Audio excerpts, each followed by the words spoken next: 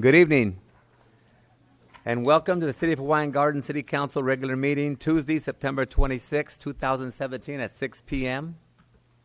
At this time, I'd like to ask you to turn off your cell phones or any device that makes noise.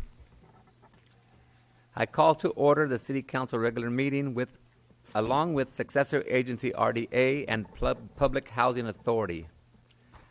I'll ask you to please rise as our clerk gives an invocation. And can I ask the Little League girls to come up, softball girls to come up, who will be leading us in our flag salute after the invocation.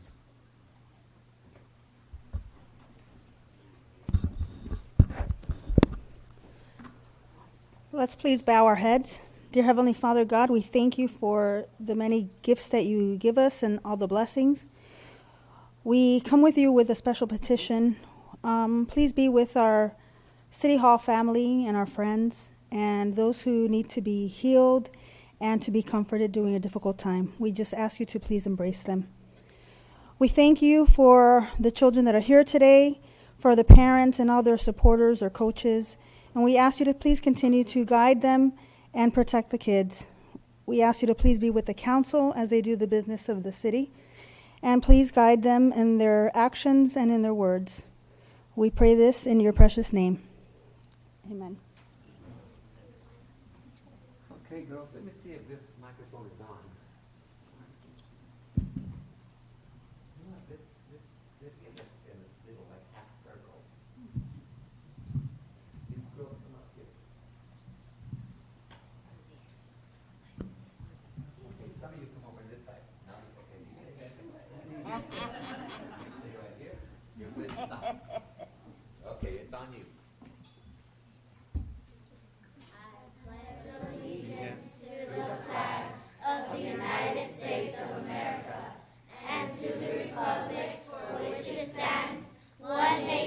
Under God, indivisible, with liberty and justice for all. Good job, girls. Yeah.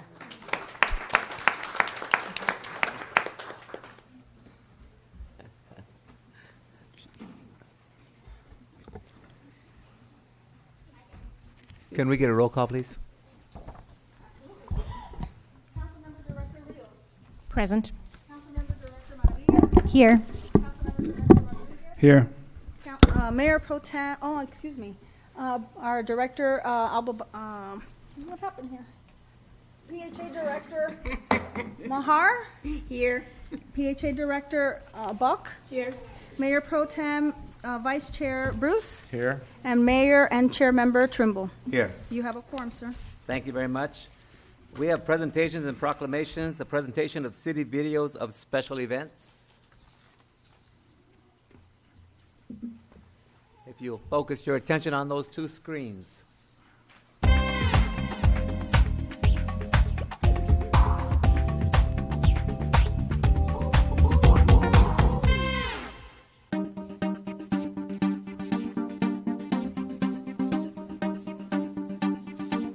In order to have a successful event, you have to have players that are typical and players that are atypical.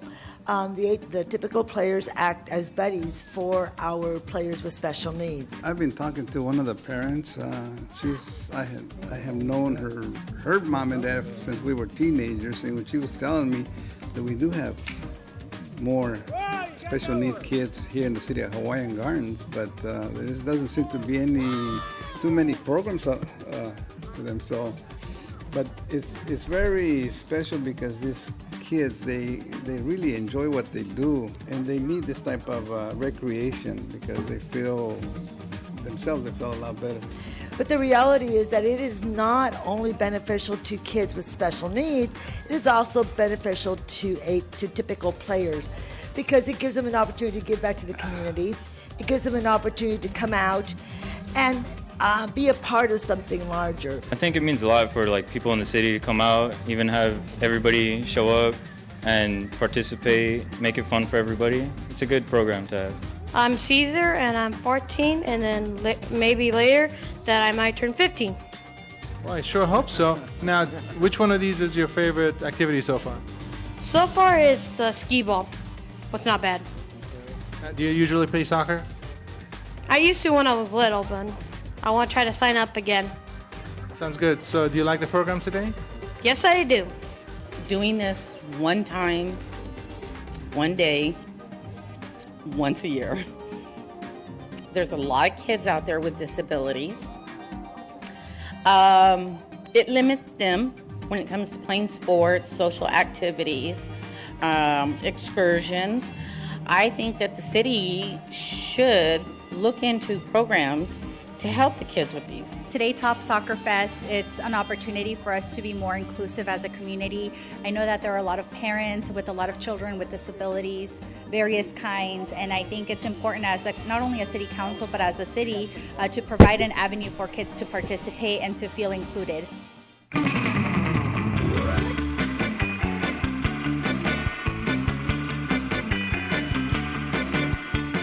I'm very excited to be here at the Leeward Water Olympics.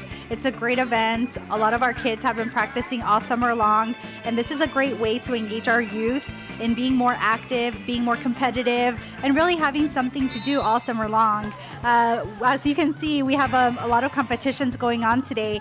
We'll have some first, second, and third place winners, but I really want to thank all of the community and the parents for sending their kids out to the pool. This is a great way for the kids to stay active, stay out of trouble, and I look forward to the swim team and all of the different swim programs using the dive-in blocks that were approved at this budget session. So congratulations to everyone winning today, and thank you for staying active. The swimming pool was kind of in a bad shape. We had cracks. We had to resurface the whole pool by itself. And as you can see how many people are here enjoying it, the kids especially. It kind of reminds me when I was a kid. I learned how to swim when I lived in Bellflower.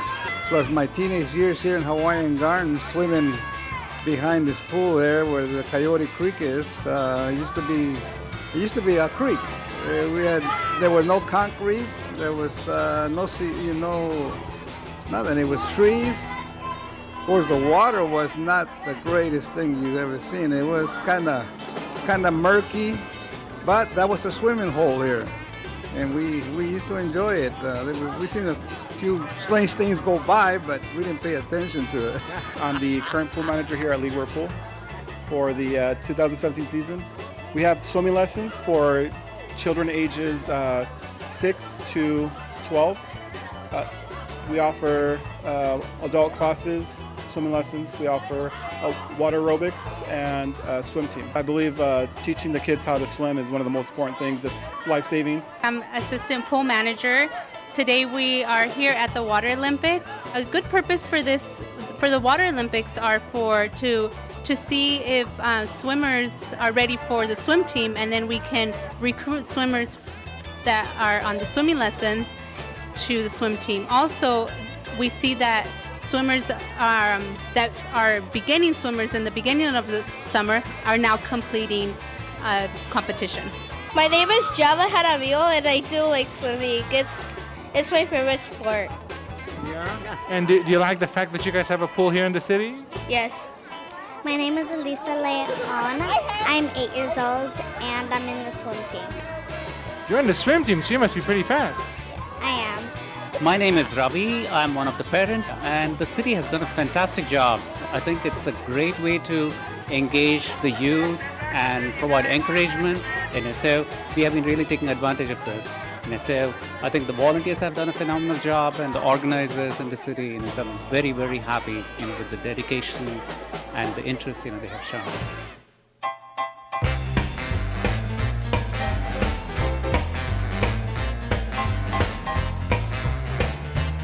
Welcome to the 3rd annual Haircut and Backpack Drive in Hawaiian Gardens.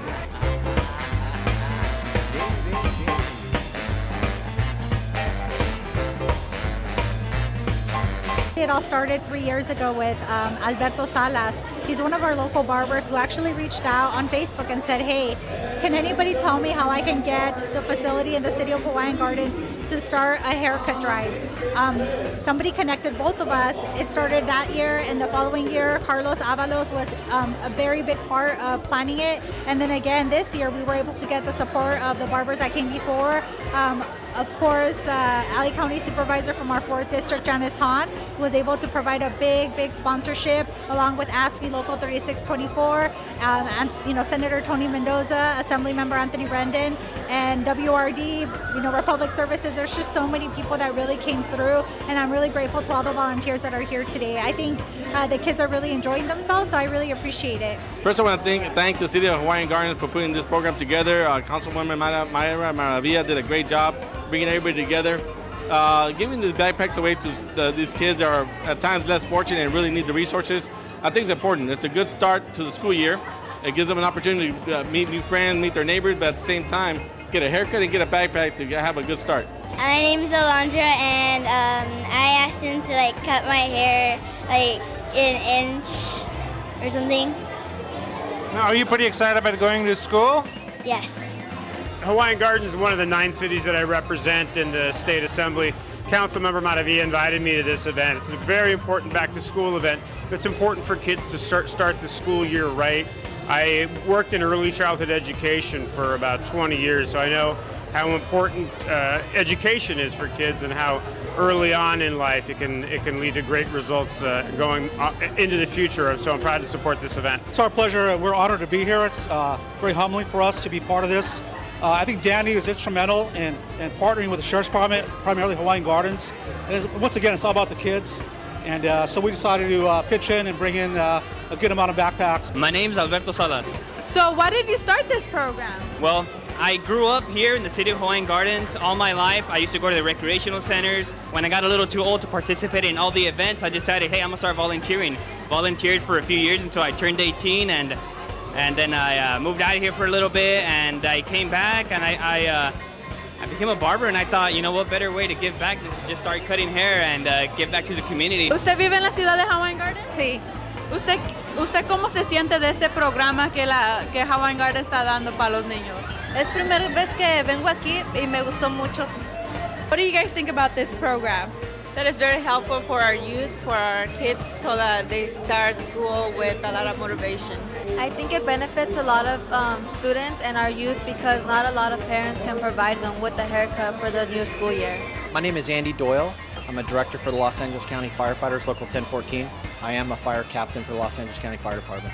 We were contacted by the Assembly Speaker, Anthony Brendan's office, and asked if we'd be happy to come participate in this event. Here we are. We're cooking about 600 hot dogs today to make sure that we take care of the people that are here. Hi, my name is Mr. Dandy. I'm a resident of Hawaiian Gardens, and it's been a pleasure to serve the city and the children.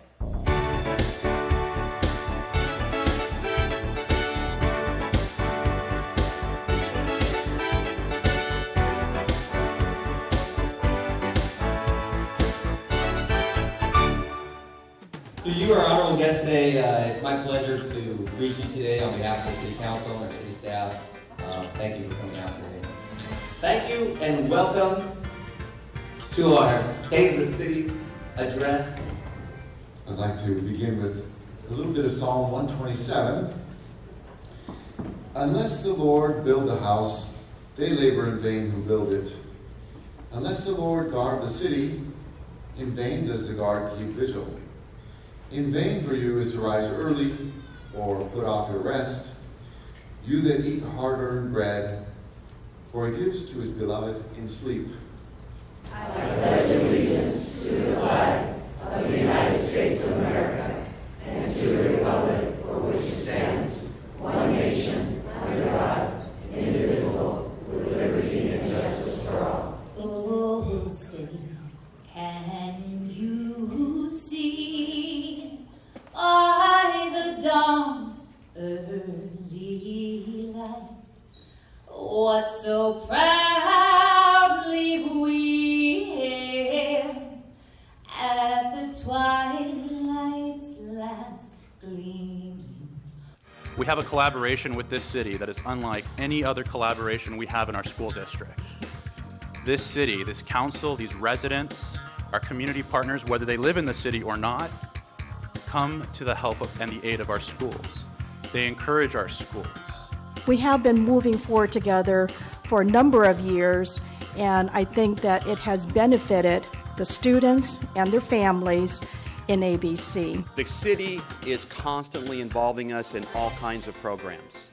And the members at Fire Station 34 are very proactive with many of those engagements, so to speak. And sometimes they tell us, the management, about what's going on in the city before we even find out about it. So that's not the case at every single fire station. I think that shows that collaborative effort between the city and the fire station. They're really entwined in what we're doing together. Crime statistics go back and forth. Good news, bad news, I can tell you that overall, over the past 15 years, it's been nothing short of a miracle what has occurred in Hawaiian Gardens. The crime rate has greatly decreased, and things at this point have never been better here in Hawaiian Gardens. Now I want to spend some time to talk about how the City Council and I are coming together to make the entire city a better place. A very basic but important way we're going to do this is by adopting a balanced and fiscally responsible budget. The City Council continuously makes efforts to improve our relationship and our service that we receive from our Sheriff Department. The city has invested more money into our streets and sidewalks, combined with our county and state finances. This upcoming year, we will begin the process of improving and beautifying our parks. We added more community block cleanups. We just began negotiations to partner with Bill Cinco from the Community Family Guidance Center.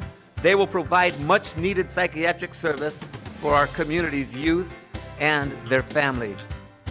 Finally, we are proud to welcome the new ownership and management team of our former Hawaiian Gardens Hospital. We committed resources to give our businesses and nonprofits the opportunity to improve the look and marketability of their business. Next, the Carson Street Rehab project that is currently under construction will rebrand the boulevard and give it a whole new look. Other projects that are currently under design are the Clarkdale Park remodelization and the residential rehab program, which allows low-income residents to apply for grants to repair deteriorated roofs, stucco, window, fencing, and landscaping. But there's still work to be done, so the City Council and I will continue to fight for our residents and speak with whomever and go to wherever we have to do so.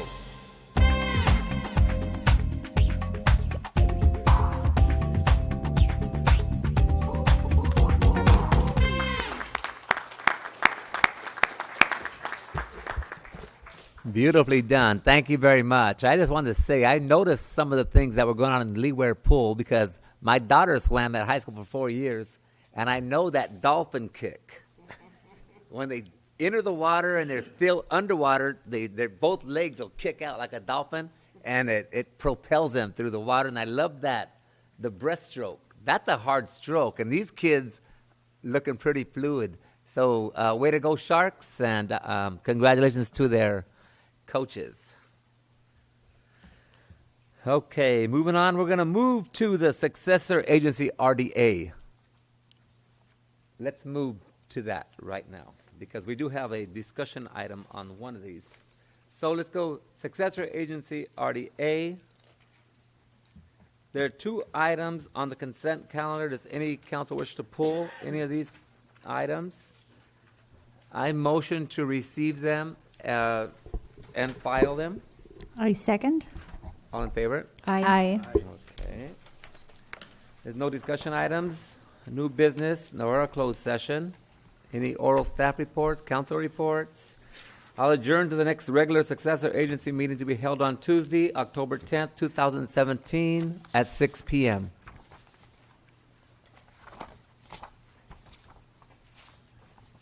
Oh, yes. Yes. Let's jump to that right now. We're going to jump back to our regular city council meeting because we have our championship team here from its presentation of certificates of achievement to the Hawaiian Gardens Little League TOC champions, girls ages 8, 9, and 10 softball. Can we give them a round of applause? Dang it, I skipped that. Very important. So, can we have council come down to the platform, please?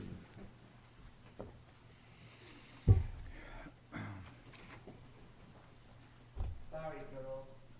You are a priority here. We love them to go and prove themselves in competition.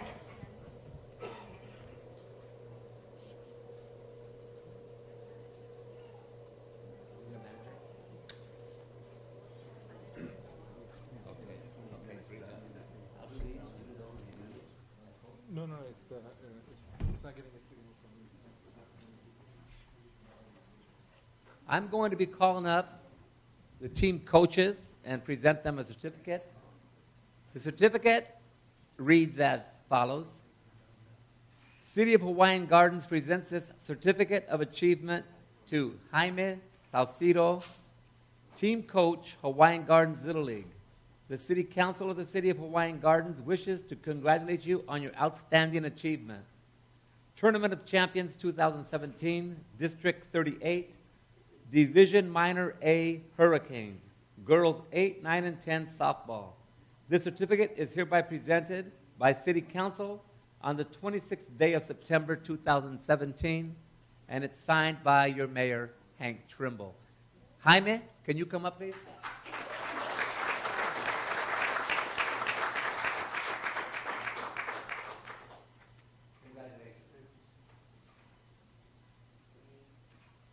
Take a picture now, or should we take a group picture, or how do we do this?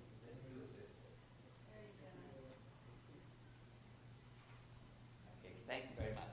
Yeah, you can just, no, stay up here, please. Wait for your team.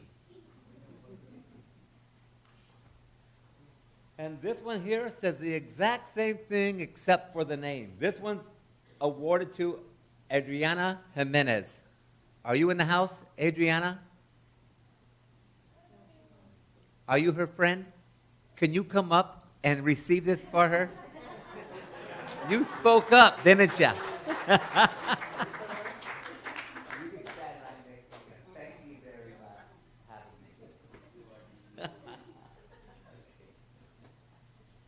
The following certificate of achievement these are certificates for the team moms. And we all know a team cannot function without the team moms, right? So this certificate reads, the City Council of the City of Hawaiian Gardens wishes to congratulate you on your outstanding achievement. This certificate is for Jessica Hollum, team mom.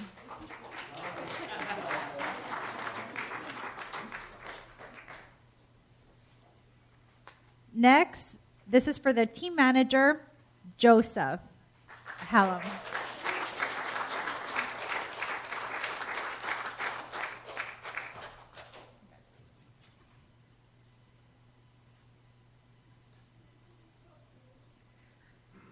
Last but not least, we have team mom, Vivian Torres.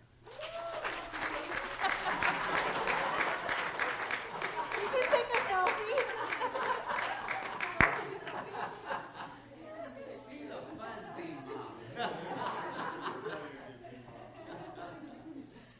All right, and so this is for the team, the Hurricanes. Have a big hand for them right now.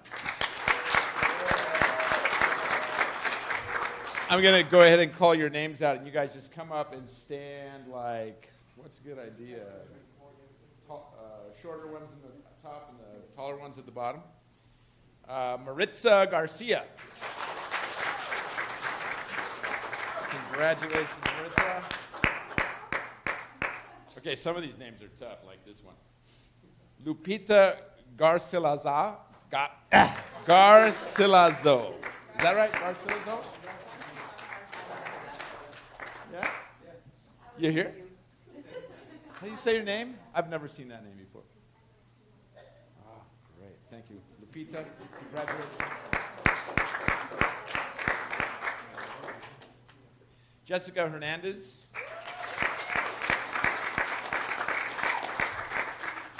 That's an easy name.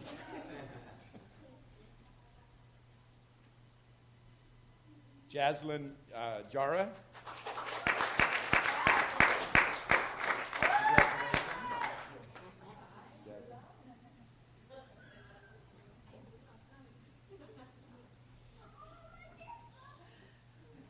Alazia Hallam.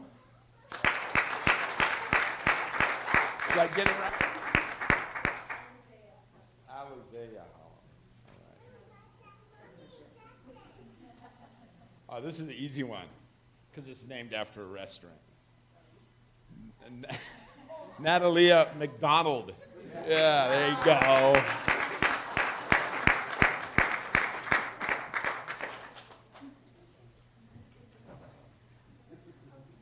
Ariana Palacios.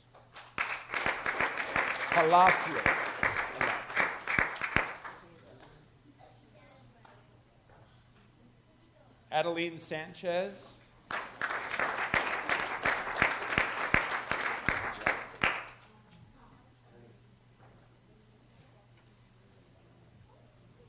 Adela Saucedo.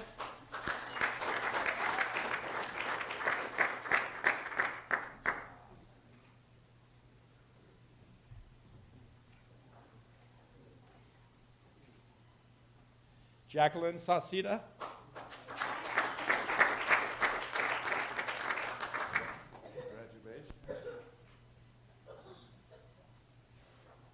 Samantha Torres.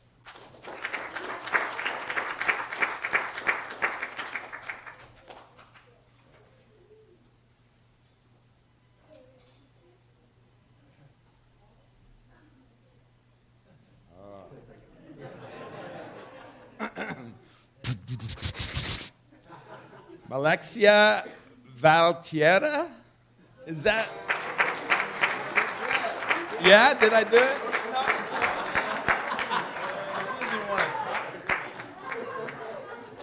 I am disgraced. Congratulations, girls. Congratulations, Hurricanes.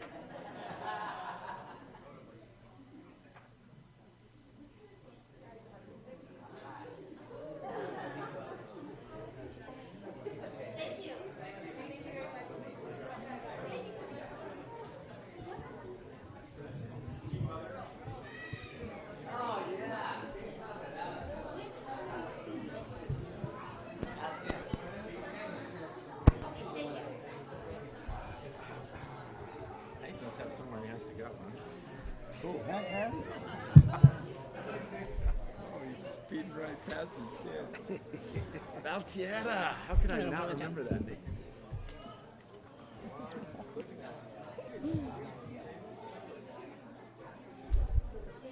Well, thank you very much. Thank you very much, coaches and team moms and team players. Thank you. We will now go to our Public Housing Authority.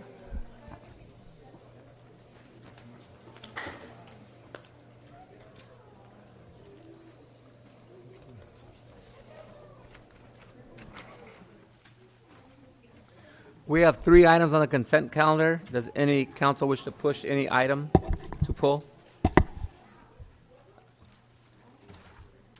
I make a motion to receive and file. Second. All in favor? Aye. Aye. We have 1 discussion item. Adopt PHA Resolution Number 2017-013, a resolution of the City of Hawaiian Gardens, County of Los Angeles, State of California, adopting the city's existing city beautification program guidelines with revised amendments.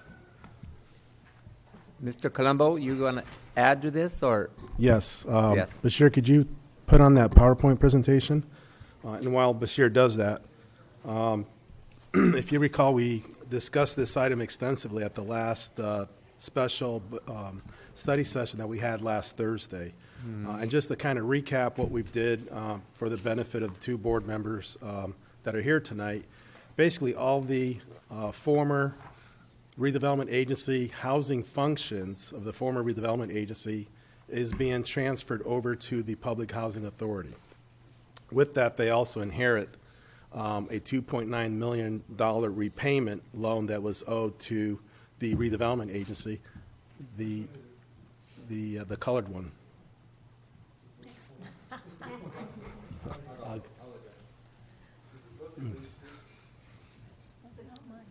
Not the beautification one, but the so because of that, what this resolution does here tonight is really does 2 things. There's 2 actions involved into this one resolution. One, it moves the existing housing beautification program.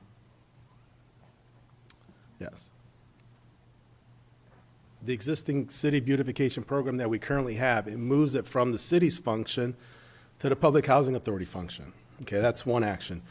And then what we're recommending is that we change the program guidelines to increase some of the grant dollar amounts. Okay, but just a little bit more background. As I indicated, we get the $2.9 million in housing, additional housing funds. These are to be used for affordable housing programs only. It's a one-time only opportunity. We already got $1 million of it already in the finance department. There will be additional funds, additional payments that will be made throughout the next 3-year time period. So the first $1 million is already in the city's accounting. There are restrictions, though, with these type of funds, as we discussed last Thursday, and that is there's obviously staffing costs associated with implementing these type of programs. But more importantly, you get to budget $250,000 for homelessness prevention, which I believe will come to you in a separate resolution to program those funds. And then the remaining of the funds, we will budget that and split them up between some economic incentives for housing, affordable housing projects, and then the remainder of that towards housing beautification programs. We don't have any transit priority projects in this city. We don't have any bus terminals or metro train stations, anything of that nature. So we're going to concentrate on the housing development and the homeless prevention. And then, of course, we do need some additional funds to implement these type of programs. And this is more or less how we propose to break down. And this is not set in stone. We're just indicating more or less you'll have about $1.2 million in change in housing rehabs. You'll have incentives of $1 million to a potential affordable housing project that potentially could come to you at some point in the future. And then $250,000 in homeless prevention that'll be budgeted. And then about $400,000 we anticipate in administering this program. Okay. Tonight what we're going to be talking about, being it's part of the resolution 2017-13, is basically the beautification program. And as we indicated, this thing's a little delayed, is to increase the current grants that we have with the single-family homes and duplexes from $10,000 to $15,000. We're really not changing anything in the program guidelines at all. is just increasing the grant amount, because that is a lot of funding, a lot of new grants that can be issued for the benefit of the homeowners, for the residents to fix up their homes. You know, as you know, this program is used to put in new roofs, new stucco, windows, landscaping, new garage doors, basically to bring their property up to better standards and beautifying the aesthetics of their homes. This is available both to owner-occupied, absentee landlords, but we do restrict how many absentee landlords we do in the city in a particular year, as well as the one employee potentially that can qualify for the program. What we did talk about also is bringing back the emergency program for basically mobile homes or single family homes that may have like an immediate urgency, like a water leak, gas leak, that kind of stuff. Mobile homes, bringing back the mobile homes, we talked about bringing that back. That hasn't been done in maybe at least 5 years. Staff was recommending 7,000. I believe there was some discussion at the last council meeting on Thursday to potentially increasing that. And then creating another category just for some of those homes that are substandard beyond just regular repair. I mean, some of the homes don't even have garages. Their roofs are beyond just replacing the shingles. There's structural damage to the actual home that goes beyond the $10,000. And so basically, by doing so, it'll give us better flexibility, better range in trying to address a majority of these items. $10,000 may not be enough, so by bumping it up to 15, we may be able to do more. We have a subsequent item on the agenda that'll give you an overview of what we've done and what we've accomplished last fiscal year, so that'll be a separate PowerPoint.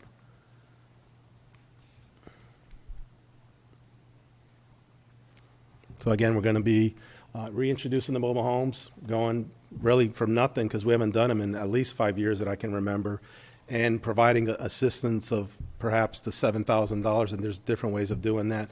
But we're going to allow them to do both interior and exterior, not just the exterior, like we do with the single family and a duplex. So for the mobile homes, there's a great need to do a lot of interior improvements, so new kitchen, new bathroom remodel, anything that leaks, gas leaks, plumbing leaks, that kind of stuff, and of course roofs.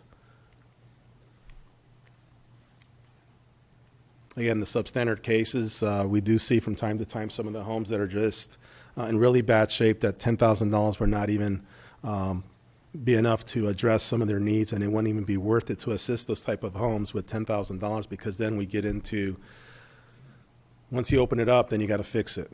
So we have an idea that once we deal with some of these roofs that have roof structural failures, to not really wanting to touch those type of rehabs, because we'll get into way above the $10,000 benefit that they're entitled to. But with $25,000, we can address a lot of code violations on that property. Again, bringing back the financial emergency assistance. And again, this is for immediate urgent conditions, for owner-occupied single-family dwelling units and mobile homes. We did exclude absentee landlords. Again, I don't think, I mean, if something goes wrong with those homes, you know, the absentee landlord should be able to fix those type of things. That's what they're in the business for. And again, the condition should be a serious and immediate threat to the health and safety. So the majority of those threats back then, when we did have these conditions, were water leaks, and those water heaters are easily $1,500 to replace each one. And of course, allocating funding to implement these programs. So about $400,000 is what we're going to be recommending, again, in a subsequent budget amendment. That'll have to come before you. Tonight is just dealing with the actual program guidelines. And this is just a breakdown of what we anticipate will assist. About 14 homes of single family and duplex, potentially 10 mobile homes, 4 substandard homes, and some emergency funds. And of course, if we don't spend all the money in one category, we just may move it over so that we can maximize the funding opportunity. And that pretty much concludes the PowerPoint.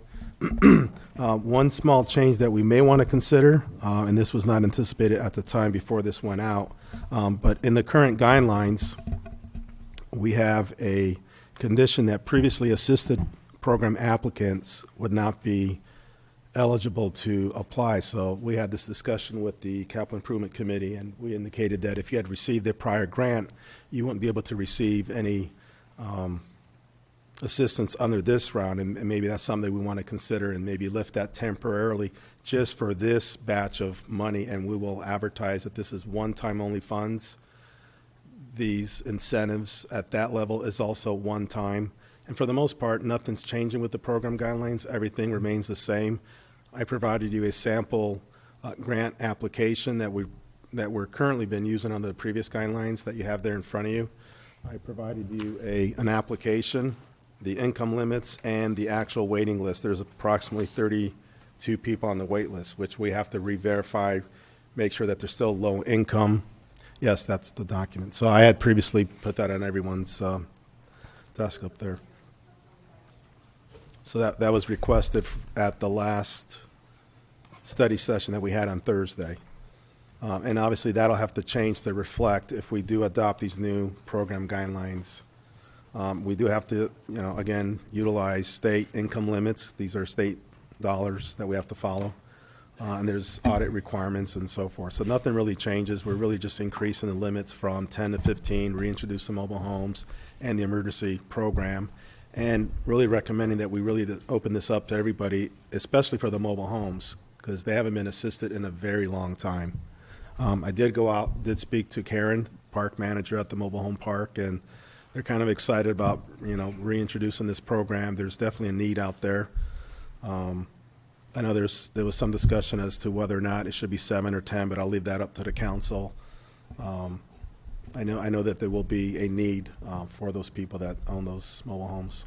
So that concludes the presentation on this. Again, this reso, if you adopt it, does two things: brings it to the Public Housing Authority, and then makes these program changes. And then if this does get adopted, we need to come back and bring back an actual budget amendment, which will come back at a subsequent meeting. Thank you, Joe. Chairman Trimble and members of the Public Housing Authority. If I may add, so tonight really it's amending the guidelines. For the most part, it's a dollar amount. And then I think Joe does want you to at least decide on whether you want to continue with the exclusion of anybody that got a mobile home grant in the past, is not eligible now, or it is. So I think in that area we do need some direction if we want to change. And then with regards to the budget on this, at a future meeting, we'll provide you the actual budget amendment for the Public Housing Authority to then formally move those dollars and as an adopted budget with the amended numbers. But for tonight, really the only real decision that needs to be made, and you can provide us direction on the amounts. If you could put that back up, Joe, the one that talks about, there you go. So if you want to consider anything different with regards to the mobile homes, does the guidelines currently have a particular restriction? What is the restriction on the guidelines? It does for purposes of in other words, if you've been previously assisted, you don't qualify the way it's currently written. So that section, which is on page 155, which is page 6 of the actual guidelines, if you read section 2, it reads, specifically, it reads, previously assisted program applicants would not be able to reapply and receive financial assistance under the City Beautification Program or any other sponsored residential rehabilitation program. So it's kind of like a one-time deal. And I think there was some discussion with this particular topic at committee. And because this is really an influx of one-time monies, if you wanted to change that, you could at this point. Whether that's change the amount or the number of folks that'd be eligible to get it. But you certainly don't have to touch it either. You could leave it with the same restriction. So, I would like to motion that we approve, including Joe Colombo's recommendation. Should we have a little discussion first? Yeah. We can. I agree with Mr. Colombo, which I normally don't agree with him. Wow. And starting all over on the mobile homes, start from day one. Did you mention that the absentee homeowners is responsible for 70% of? Yeah, we're not changing that requirement. Yeah, and also, of course, it's the rest is all low-income homeowners. The low-income rules still apply for everybody across the board. In the case of the absentee landlords, we qualify the tenant. But there is a 70-30 split, I believe, on the absentee landlords. We're not changing any of the program guidelines, except the one thing that we would need to change is that one section I just read to you. I think it's only fair that we provide them that assistance, because the reason why that was in there is to really spread this out among everybody. Otherwise, the same people would keep applying over and over. But this is one-time funds. The mobile homes haven't been assisted, and I was just reminded, there are 2 parks. This applies to both parks. They're pretty much in the same conditions. We would create a separate wait list for the mobile home parks. And pending approval, I would ask like a June review to see if it's meeting the needs of the homeowners at the mobile home park. So we, yes, Councilmember Rios, we'll provide details as far as financial review and updates at each of the study sessions related to budget. No, I mean in regards to this particular program, to make sure that it's meeting the needs of the mobile homeowners. As you know, homeowners already have an advantage from the Beautification Program. So I'm not sure if this would meet the needs of the mobile homeowners. I'll come back, and if we feel that there's a problem with the 7,000, then we'll come back and look at that again. Correct. But I know we've been able to help a lot of mobile homeowners in the park over the many years, and then at one point we decided not to assist them. I want to say at least 5 years we haven't assisted them. Go ahead, sorry. So I do want to make clear now when we put this information out, once you approve the parameters and the budget, that this really is one-time monies. In other words, we're receiving these monies and we don't anticipate getting any kind of money to this magnitude ever again. So what I want to do is, unfortunately, we won't have the resources in the future to establish a program this large. The city still does commit some assistance in this area, but it's unlikely we'll see anything like this for at least a long period of time. So when we put this out with regards to the public, we'll make sure to communicate that so that there's no expectation of a program of this magnitude again. I have a question in regards to public housing, because it's going to be under public housing now. So what does public housing have to do now? Anything additional? Are they going to be on, Not really, because right now all the in-depth committees to make decisions on grants? No different than what we're doing right now. But for example, should there be a need to come back to discuss a mobile home issue, we'll come back and call it as a joint meeting. Okay, can you start over again, because they weren't able to hear that? Yeah, basically nothing will change. All the rules and regulations we currently have in the existing guidelines will just roll over. So basically the public housing authority is adopting the similar program that the city currently was operating. The staff wears many different hats here in the city. So, for example, Ernie Hernandez is the city manager, but he's also the executive director of the Public Housing Authority, and same with some of the other staff. They have dual roles. I do that part for free. So I don't foresee engaging a whole lot until there's a need to have to discuss guidelines. So if there is an issue with some guidelines, we'll be coming before the PHA as a body like it is right now today. So all legislative action will be done as part of the PHA board. And then what it does do, the big reason for the change with regards to recommendations for staff is it provides us with some greater flexibility with finances, how we get this money from the state and what we can do with it. By moving it to the Public Housing Authority, it provides us more resources, basically. So. I have a question. Will these amounts actually allow your department to spend all of the money in the time allotted? If we hire the additional resources, yes. Now I have a question. Do you think $15,000 is sufficient for a single family home, or do you find that might need to be increased? And that way, instead of hiring those additional resources, that money could be used towards the homes and not the additional resources. Do you know what I mean? So once you get the project going, no? No. You're still going to need staff to implement the programs. And as you know, it was ran by one person. And I can't get into the details of those personnel issues, but it's going to take 2 people to run these type of programs. So when I say that we're going to be allocating additional resources to administrative staff, that means hiring consultants to carry on these tasks.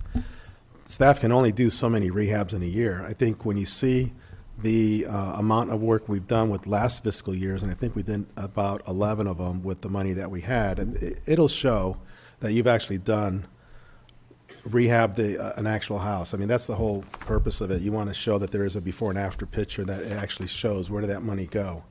To do all this work is going to require staff. And because it's one-time money, you're not going to want to hire permanent staff, because once that money goes, staff goes too. So that's where you hire consultants to implement these type of programs. Right, but also what I'm saying is the $15,000, for instance, for a single-family home, is that sufficient? Because I remember at the last meeting, you suggested that the amount of money, the $10,000, was only enough for a little bit of the outside. It didn't really allow your team to go inside. We don't do any because we're trying to address the aesthetics of the neighborhood. We're leaving the inside to the property owner. We usually don't get involved in code violations at all in the inside unless it's reported to us, and most of the time it's from tenants, not from the owners themselves. So the purpose of the program is to address the exterior conditions of the property and to beautify the neighborhood, which primarily means the outside. We've never really gotten involved in the inside of it. It's your choice if that's something that you want to consider, but we're recommending at this point just the exterior of the home, which will have the greatest impact in improving the neighborhoods and bringing up property values. I think 15 would be adequate. A lot of these homes, their biggest items is roofs, and those are not cheap. And then we try to just dress it up with landscaping, hardscape, stucco, painting. Not everybody needs the same identical items. It varies throughout, but the big items are always stucco, roof, windows, landscaping, fencing. It just varies from home to home. And I think when you see the subsequent PowerPoint, you'll see the difference in a before and after picture that the 10,000 had an impact. And we can always try to do more. And sometimes I'm not able to help them out on the roof because a roof job sometimes will cost as much as $10,000. And when we do an inspection on these roofs, we kind of know and know to anticipate if we're going to get into the structural repairs. If you think about why these monies were provided, it's not to help individual property owners. It's really to help the cities fix up the blight. And so in other words, so you, the neighbor, you have the resources to take care of your property, but maybe your neighbor doesn't. And so this provides those resources so that overall the neighborhood and the community is in a better place. And so that's why it's really focused on the outside. And to your point about the cost, the monies are restricted as far as how much can be spent for administration versus the actual. In other words, if we hire 20 people, we couldn't pay out of the money that's dedicated to be provided to low mod projects. So there's some restrictions. As I understand, there's still going to be $2.4 million that we need to address later on. And in regards to your concern, Ms. Maravilla, I believe that it's addressed with a substandard up to $25,000 maybe if it's like too many code violations. You know what I mean? So that's like the loop outside. Some of those homes will fall in the category of being so substandard that we would push them over to the $25,000 category because they're just so bad. The roofs, it's not just replacing the shingles, but they're structural substandard conditions. There's a structural integrity issue that needs to be addressed before you just put in shingles. You're going to have to deal with the rafters. You're going to have to deal with all that wood underneath and resheet it and everything else. So it usually goes beyond the $10,000. So then we got fascia boards. We've got eaves that are dry rotted. I mean, it just needs a whole new roof job. Can you explain why mobile homes can do interior and exterior and family homes can only do exterior? It's the way we ran it in the past is allow them to do, we actually did both on both programs. Again, the mobile homes, if you look at the mobile homes and you drive by the mobile homes, for the most part, they look in decent conditions. It's in its own secluded park. They, for the most part, need a paint job. They're very limited on what they can do on the exterior of a mobile home. They don't have a whole lot of property. They don't have a whole lot of front yard. They don't have a whole lot of landscaping. It's very, very limited.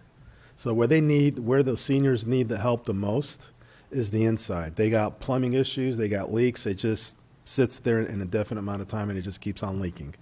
I completely get that, Joe, but we can't say, for instance, I'm sorry, single-family homes, that's not our priority, but that will be our priority for mobile homes. I'm just saying that shouldn't be completely out of the question. Unless, I mean, if the interior is falling apart and they're asking for a grant, I just don't see why we would deny them. Or, you know, if we're allocating monies for mobile homes, do you see what I mean? Because it is possible that single family homes have, you know, a bad exterior, but an equally bad interior. So as a council member, like, how can I go out to the residents of Hawaiian Gardens and say, I'm sorry, you know, this program, if you lived in a mobile home, the interior could be fixed, your plumbing could be fixed. But because it's only for the exterior, we're going to give you a new gate and a new, you know, roof, shingles, but, you know, you're going to have to fix the plumbing, which is very expensive on your own. Do you see what I mean? No, I understand. And then you get in, you know, that's something you have to decide among, you know, the rest of the council if you want to do interior. And if you do want to do interior, then I'm going to have to recommend you that 15 becomes a lot larger, perhaps 25,000, because doing a kitchen remodel is not Actually, cheap. if I may, as a maker of the motion, I would ask that we support this particular one because we're moving forward because there's already a program in place. Coming up with the guidelines of an interior renovation obviously would not take 15,000. It would be extremely a lot more. I mean, in my view, if you're looking at renovating a home kitchen or a home, even a restroom, I don't think 50,000 is enough. So maybe creating a different program, asking the staff to come back with a different proposal for interior renovations of, you know, homes. I'm just saying, like, maybe adding like an asterisk in this program. Like, if there is a home with extremely bad plumbing or something that is affecting the health of that family, I don't see why we can do it for a mobile home, but we can't do it for a single family home. But we can. Like, I can't follow the logic that this program, the beautification program, is okay to do that in one, but not okay to do that in the other. That's where I'm having a hard time. Right. The difference is there's a huge cost difference between trying to rehab a mobile home versus a single family home, which is a lot bigger in size. Right, which is why I said, you know, like, is 15,000, if that were a large concern for a single family home, because I mean, let's face it, it's really expensive to have a home. And I know homes where you have 2 or 3 families with 4 or 5 kids in each family. So that's why I'm sort of feel compelled to bring this up as a council member, because I just, you know, if the city staff doesn't go inside the homes, how will they know it's substandard? Do you see what I mean? I'm just trying to. It's something make again sure. you want to discuss with the rest of the council, because I think it's really a council decision. Let's kind of see where the council is. We can make some recommendations. I disagree with you. A homeowner's got to be responsible for some of the work that has to be done to a home. We're talking about the difference between probably the most expensive mobile home at the park right now, unless it's a brand new one. We're talking probably maybe $30,000 is the average cost. Think kind of $250. And we're talking about a home that is worth. I don't think there's a home in Hawaiian Gardens that's worth less than $350,000. So the homeowner's got to be responsible for some of the work inside. We're doing a great. I mean, we're helping the homeowner by fixing the outside, like Joe says, especially the roofs, the eaves, and when you remove the asphalt or from the roof, most of the time you're going to have to work on like I said, the rafters and all that. That takes a lot of money. So I think let's continue what we have here now and address what we have here, and so we can start the program. So Joe, if you know, this is a beautification program. The whole point of the program, in its origination,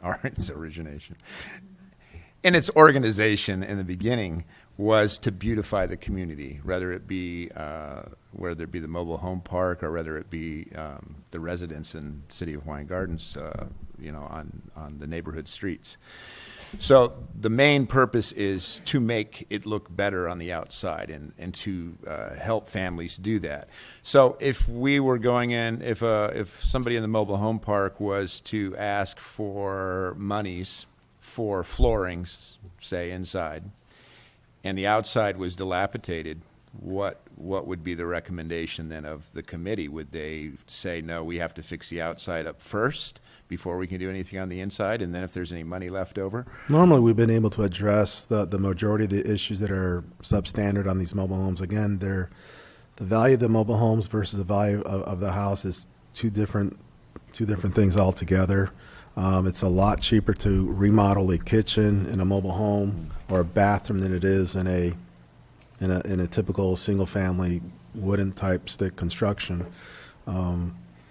So we've done this before with $5,000. To the extent that we do the exterior, again, we don't do a whole lot of landscaping. A lot of the issues that come up on the mobile homes on the exterior is painting or roofs or new skirting, sometimes leveling the mobile home because they're on jacks or stilts, steps, a lot of step issues. We have to rebuild the steps for them.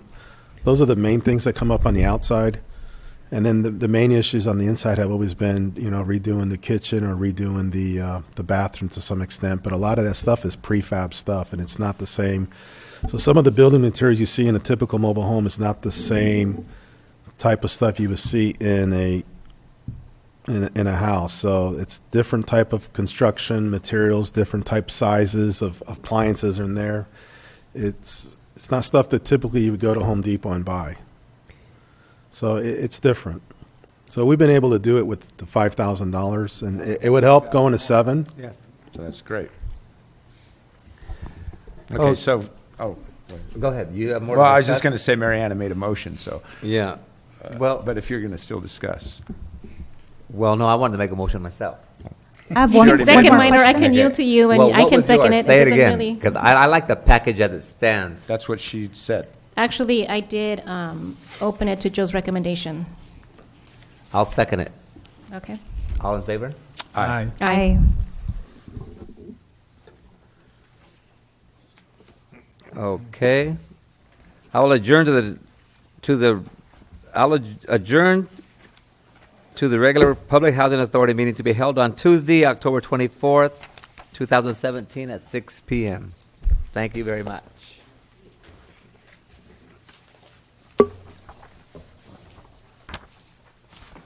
Well, you girls have a lot of money under your belt now. Joe has your credit card.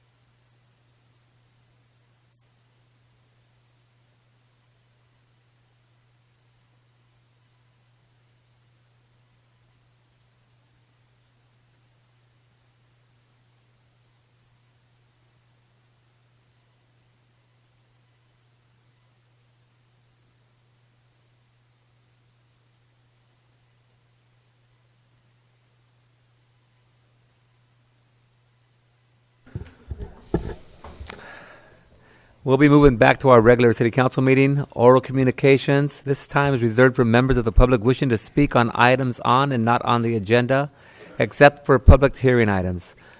This period will be limited to 3 minutes per speaker. A maximum time allocated is 15 minutes. Upon conclusion of oral communications, the city council or city staff, at the direction of the mayor, may respond to any questions or statements that were presented by members of the public. The city council is prohibited by law from discussing or taking any action on items presented during oral communications that is not on the agenda. If anyone would like to come up and speak, the microphone's open for you.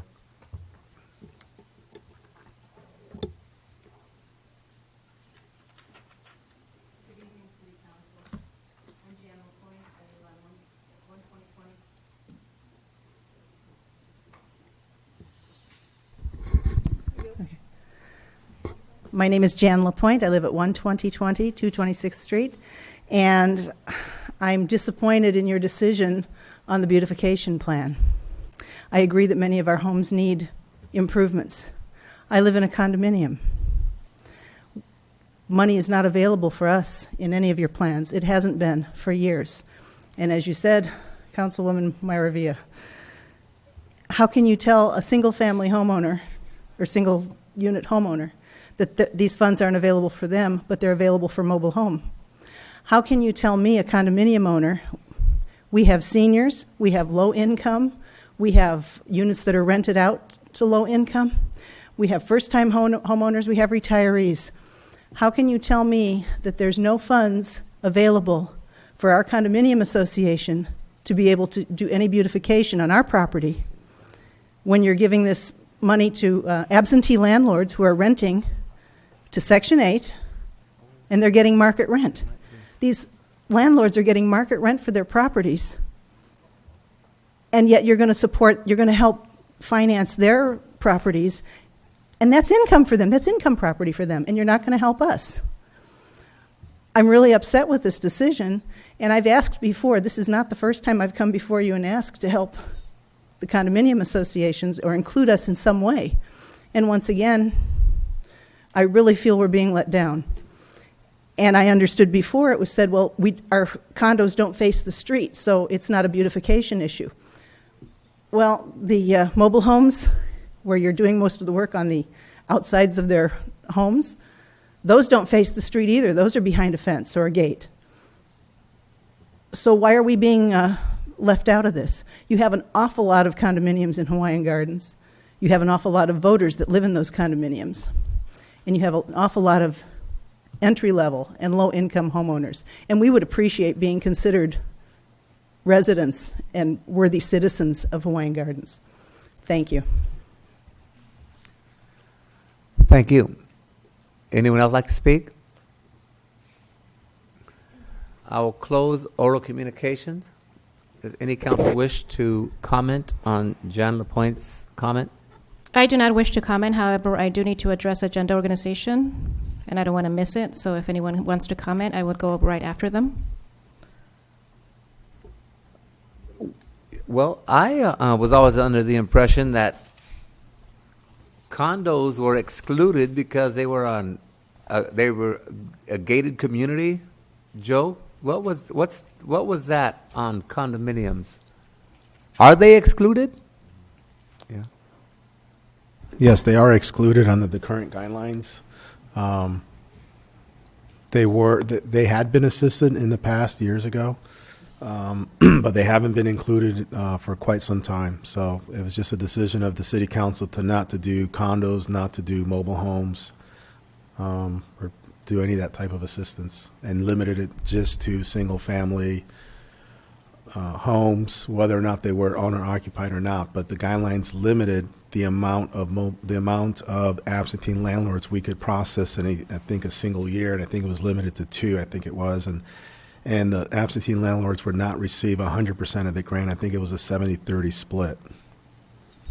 Is there documentation on the rulings of the council that excluded them? Was there reasons why they were excluded? We'd have to go back to years when we did do them. I don't know if it was a program budget cost or what, but it was done years ago. I really wish that would have been a part of the discussion, at least just to give us all of the options and let us decide, because I didn't even know that was an option because of HOA fees and all of that. And living in a condo myself, I know how expensive it is, and a lot of people do own their condos and just cannot afford it. But that's another point. I just really would like us to be given all possible information regarding an item. That way we can really try to consider everyone in the city that could be affected by a policy choice that we make. Yeah, you could look at some other guidelines perhaps in the future, but currently the way the guidelines are written, they're written to specifically address certain conditions that exist. They were not really written to address some of the interior improvements that we would be faced with. But that's something that's an option you can consider in the future if that's something you want to consider. But the guidelines really were written to address exterior conditions to beautify the community. And with the condos, the only thing we'd really be able to do is remodeling a kitchen, remodeling whatever's in the inside, because all the exterior is all HOA, and we wouldn't be dealing with that type of stuff. There's a lot of common area with townhomes and condos. So when we did do the condos at that era, all we did is the interior, I believe, which was doing remodeling kitchens or recarpeting, flooring, that kind of stuff, bathrooms. What is the purpose of the association fee? Isn't that supposed to be used to fix the outside of the condo? The HOA pays for a lot of different things, mainly outside, things that are in common, exterior painting, landscaping, irrigation, just a whole wide array of expenses that the association incurs, insurance, but it does not address interior remodel. And Mayor and members of the City Council, I think we're getting beyond kind of the scope of the response to the public commenter. This item was already discussed at the during the PH meeting. To the extent a member of the council wants to bring it back for further discussion, of course we can agendize for that. But I would suggest actually, if I may add, so the budget for the program will be coming to you at a future meeting, and at that point you can continue this discussion. Okay. Okay, thank you very much. We'll move on to our consent calendar. There's Mayor, Oh, yes. I had an issue with the agenda organization. I Okay. would ask that we move up D2 at this moment, since we do have quite a few people in the audience addressing this particular agenda item, I believe. Okay, we'll move up to D2. Discussion item number 2, consideration of monetary donations to the following nonprofits: Hawaiian Gardens Little League, Hawaiian Gardens Warrior Football and Cheer, Community Family Guidance Center, and Amigas for My Soul. Linda? Thank you. As you know, the council adopted a budget that included $25,000 for nonprofit donations. And there were 2 cycles. One application could be received in July and one in January. We received 4 applications in July. And so this is a recap of the applications we received and a little bit of information about each one of the organizations. We received from 4, Amigas for My Soul, Community Family Guidance Center, Hawaiian Gardens Little League, and the Hawaiian Gardens Warrior Youth Football and Cheer. Just to recap your funding and the eligibility, you budgeted or allocated $25,000 for nonprofits. You established a maximum of $5,000 per organization per fiscal year. Your eligibility requires that they are a registered 501c3 in good standing, that they demonstrate a financial need, and that the services or activities that they have will supply benefit to at least 50% of Hawaiian Gardens residents.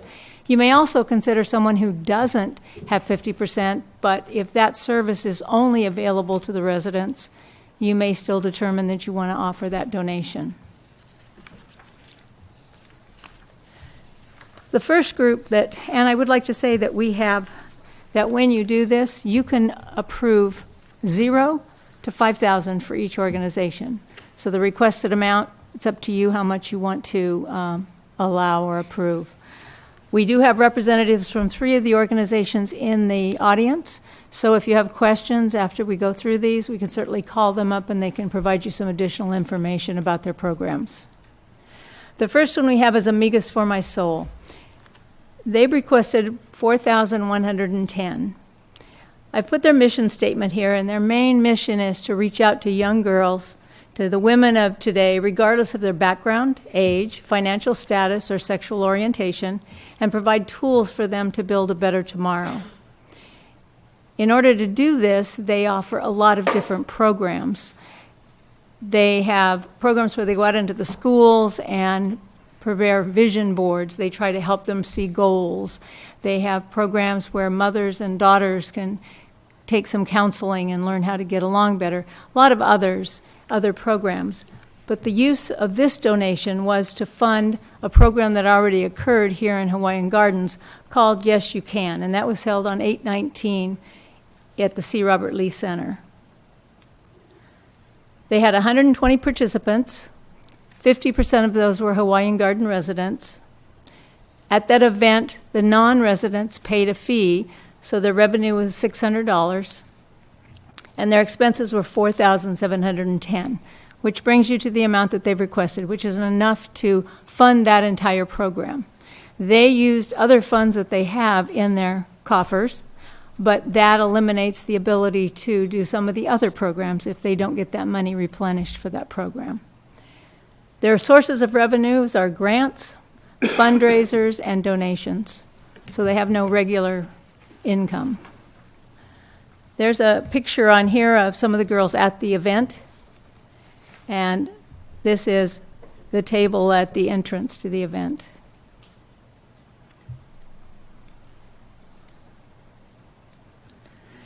The other is the community. Next one is the Community Family Guidance Center. You're familiar with this.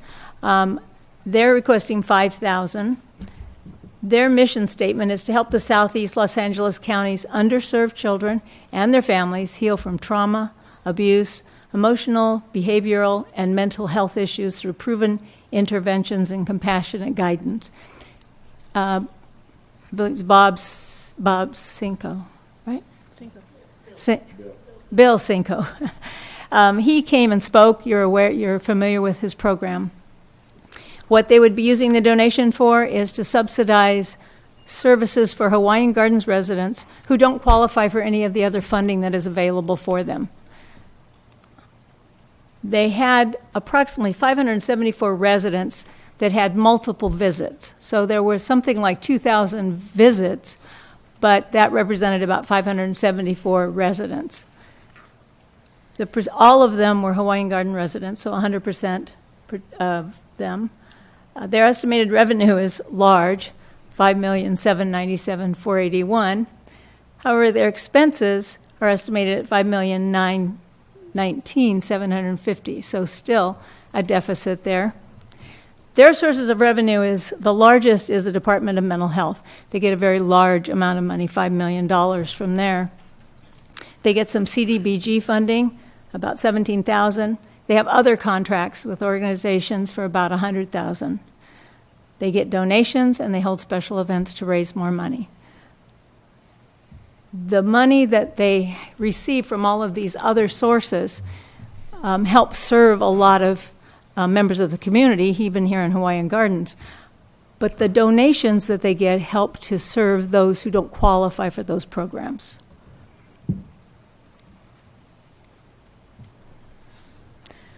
And they said they've been serving us for 40 years. The next organization is our Hawaiian Gardens Little League. You're all familiar with them. They're requesting $5,000. Their mission statement is to teach, lead, and assist youth in the community through the pleasures of participating in Little League baseball and softball. You got to see some of the softball participants today. The planned use of their donation is to support the cost of equipment and uniforms for the 2018 season. They have approximately 200 participants. 95% of those are Hawaiian Garden residents. They estimate their revenue to be about $15,600 and their expenses to be about $20,400. Their revenue comes from registration by the students or the participants. It's about $48 for each one, and fundraisers and donations. So they're very dependent on getting money from other sources. They have a fireworks booth every year. That's one of their major sources of fundraising. And then donations from other organizations, if they can get them. And there's that group that you just saw today that won that district championship. And the last one is Hawaiian Gardens Youth Football and Cheer. They also are requesting $5,000. Their mission statement is to provide education through youth sports and help children develop skills of leadership and teamwork.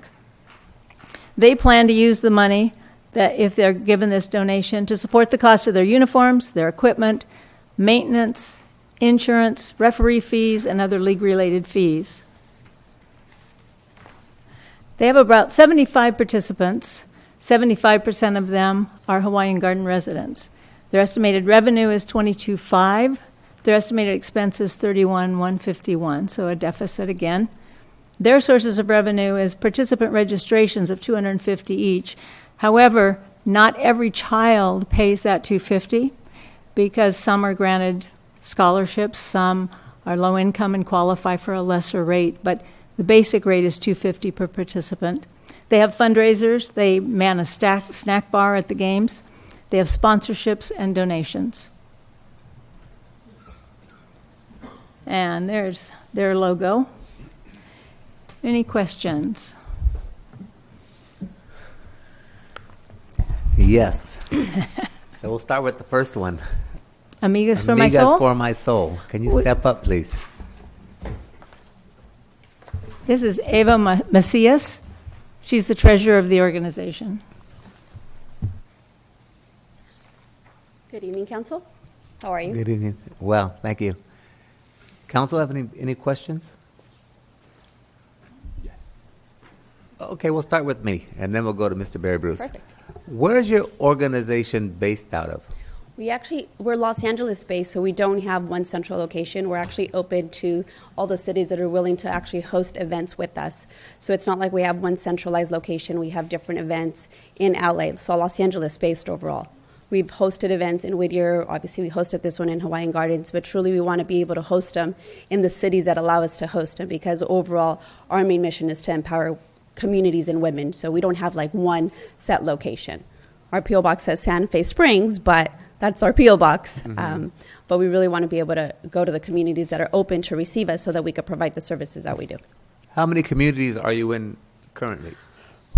So depending on, yes, quite a few, Yes. and they're all scattered just because how we've been able to get the different venues is by asking the relationships, really much knocking on doors and saying, this is what we're about, would you be willing to let us use your facilities? So we're pretty much scattered right now, but we want to be able to bring that to all cities that are open, like I said, to be able to host us.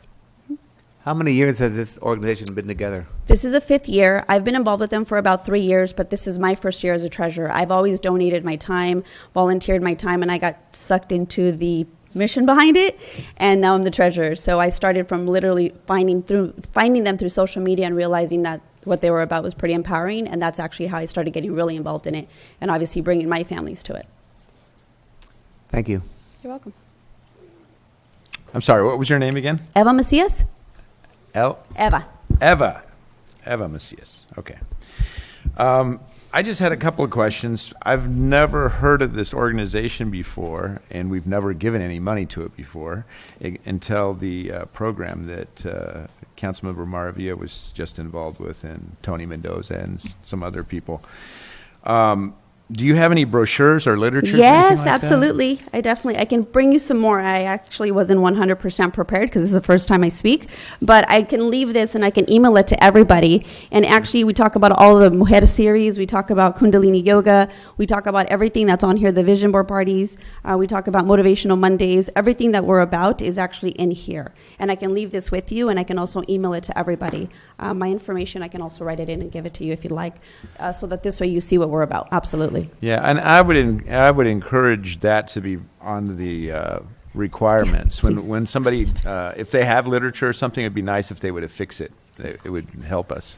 Just to clarify, is this Miss Maravilla's event that you attended? Yeah, so I think we're, it's not the 3rd annual Backpack and Haircut Drive. This is an event that we co-hosted, and it was a wonderful event. I got to attend the first, I think, part of it. It was the same day as Top Soccer and our Water Olympics. It was a really busy day, but I'm really glad I was able to attend. And your guys' social media is amazing. What you guys do, the videos that you guys showcase. If there's anyone listening or watching this from home, Amigas for My Soul, they have a very active Instagram account where they go live very often at most of their events. And I'm just so impressed. I've worked with so many different organizations, and I have to say, you guys run a tight ship. And I'm just so impressed that you guys are able to bring young women that are teenagers, college students, and bring them back and really just, deliver and give, volunteer service to your guys' program. So actually, I would recommend for my colleagues here to collaborate and reach out to your organization so they can bring it to their institutions, because it's very empowering just to watch the girls light up and listen to these amazing stories of, you know, young women going to college and getting full rides. And I mean, I always thought, like, man, you know, if I would have attended one of those events as a young teenager, how my trajectory would just, it would have changed dramatically. So I feel like every girl in our city and surrounding cities deserve an event really catering to them. Yeah. So anyway, I'll leave it to my colleagues to continue asking questions, but thank you again for attending. I had a couple more questions. Sure. Because I looked at the brochure briefly, and there's a lot of not seniors, but women involved in different things like aerobics and stuff. So you range from young girls to women. Yes, we do both. So normally we focus on the younger. We usually have the Yes You Can, which is really empowering the young girls, and we bring motivational speakers, and, you know, we provide that. We also do the where we go to the schools, we go to the high schools, and we provide vision boards. So this way they can envision and think about, they do want to be able to apply, let's just say, to that top university, to the Ivy League school, and we're here to let them know, yes, you can do that. Be able to support them and encourage them, because unfortunately sometimes that doesn't always happen at households.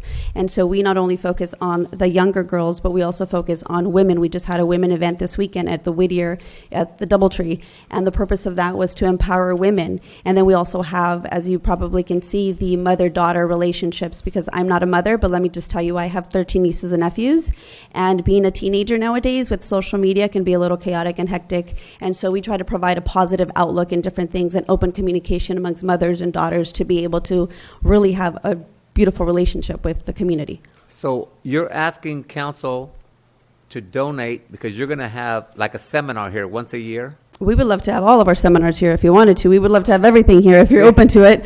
We really, let us know. I mean, schools, if the schools are open to it, we would present it to the school districts so that this way they get to see what we're about. That's why when you ask the question about where are we located, it's not that we have one central location. It's really how can we help and empower the communities. We're not biased towards the community. We just want to be able to help as a whole. So that's the reason why I say if you'd love to host us again, we would love to be here again. Sorry, I just have never heard of the organization. This is the first time I've got brochures on it, so I have plenty more if you guys needed some. I can personally come drop them off. I feel very unequipped to make any decisions, but so you're from what I understand from looking at your materials and what you're saying is you provide like a lot of different classes, experiences like yoga, different workshops. Mm-hmm. For young ladies, or is it just young ladies, or is it any age lady? Both. Okay, but is it primarily focused on college? No, we focus on the younger youth, which is usually about 8 and above, 8 years in age and above, and then we have our women's conference. So it just depends on the program that we're actually hosting for. So whether it be the young girls conference, which is usually about 11, 13, you know, between those ages, actually usually between 11 to up until like 16, 17. And then we also focus on the women's, which is usually 18 and above. Mm-hmm. So it just depends on the type of event that we're hosting. And so like how many programs or seminars, et cetera, combined do you do outreaches to girls and women in a year? So those all happened last year. That's what you have all happened last year. And really it just depends on the sources of funds that we have, because we normally, how we actually create this is through sponsorships, donations, things like that. So it just depends on what's in the budget. I can tell you as a treasurer for this year, I was really shocked to see the type of budget that they run these organizations. I really thought they had a larger budget.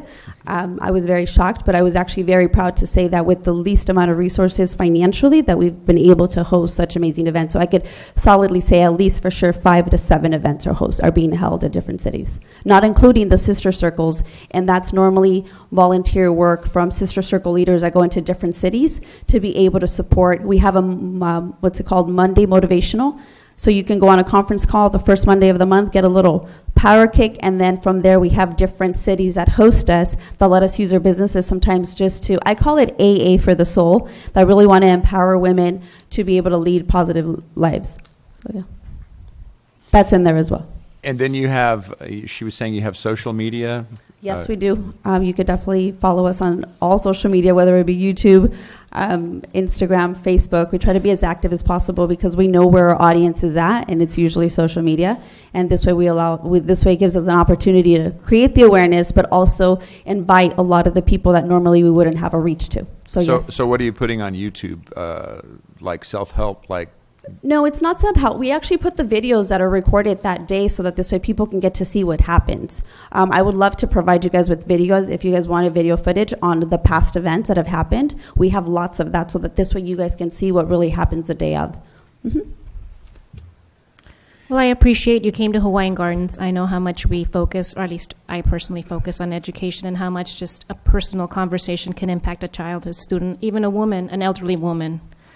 Can change the life of just a simple conversation. So thank you. Most of my questions were asked before the meeting because, like Mr. Bruce, I was not very familiar with their organization.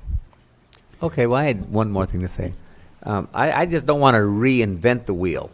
Like the aerobics, we have a great aerobics class.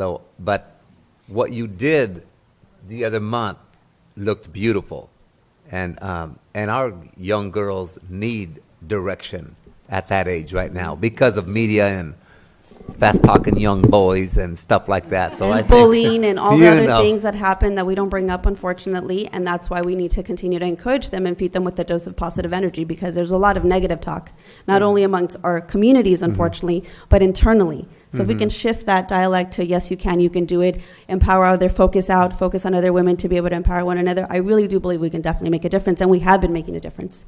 Mm-hmm. So are you a non-religious organization? Yes, non-partisan organization? Yes. And this money that you're requesting, because my original sheet says 5,000, and then I got another sheet. 4710. 4,000. Yeah, it's been changed from what I had in my agenda. It was amended to basically account for the monies received and their overall cost. Just that event. So when they reviewed the budget for that event, they realized it didn't really require the full 5,000, that the 4,000 would cover that. So this money is basically to do that one event? To subsidize that event, which they've already taken out of other funds to have that event. What they're hoping is to get that replenished for that event. And so that event costed 4,000 some dollars? 7,000, yeah, 4,710, I think was the number. So right, unlike the others before you tonight, this is not a contribution to their organization. I mean, it is, but it's specific to the cost of this particular event. So this money here guarantees for one seminar here in Hawaiian Gardens? No, this is actually, like she was mentioning, to be able to replenish. If we wanted to have other seminars, that's fine. We use our resources to be able to host. For example, I know you guys talked about the yoga, but let's just suppose you wanted to have one for the schools, if we were allowed to go into the schools and actually be able to present to women a vision board to be able to think bigger. Obviously, it doesn't cost $4,000 for that. It might cost, $500 to be able to get materials. So we use that to replenish for that, so that this way we could be able to continue having those vision board parties for the girls. So, and none of it is, we're all volunteers. We don't get paid for any of this. This is just truly just our work. So we would be able to use these funds specifically to go back out to them. So this is like us paying back for the program that was done here? Correct. Paying it forward. They have another one. That's right. But another one isn't necessarily promised, right? We're paying for this one. Unless you guys let us know that we can use this facility, absolutely. Okay. And was this the one that we saw a video on with the guys serving in pink ties and all that stuff? No. Is that it?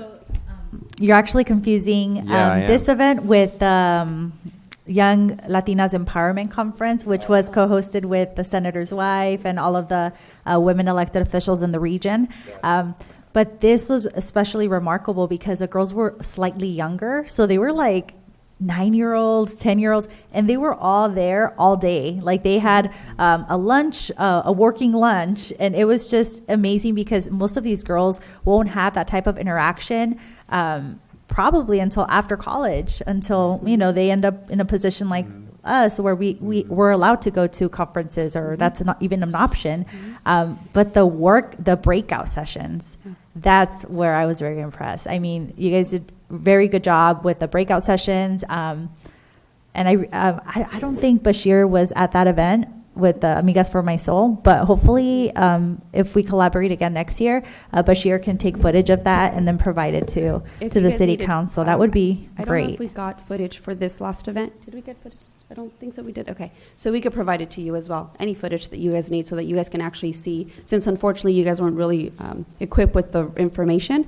And I definitely don't want you to get it confused, because I really believe that what we have going on is something really special that I would want you to see the value that we bring to the community. And how many attended that program? 120? And they're all from the city of Hawaiian Gardens? No, only 50% of them. Oh, 50% though. That's still good. Okay. Thank you very much. You're welcome. You have been in existence for 5 years, you said? Correct. So you're registered with the IRS on the 501(c)(3)? Yes, we are. Yes, we are.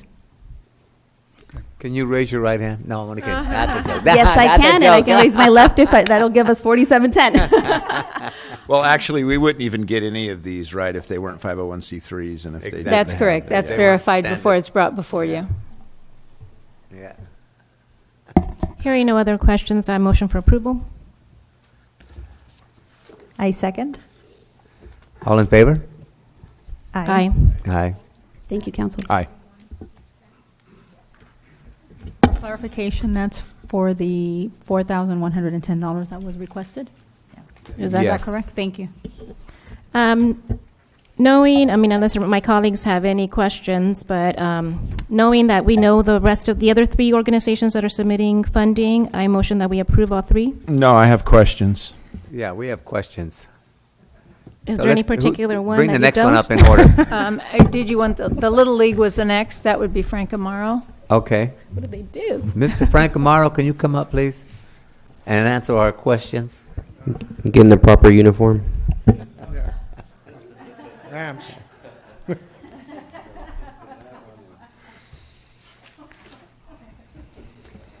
Frank, and you're requesting $5,000? Little League. Yes.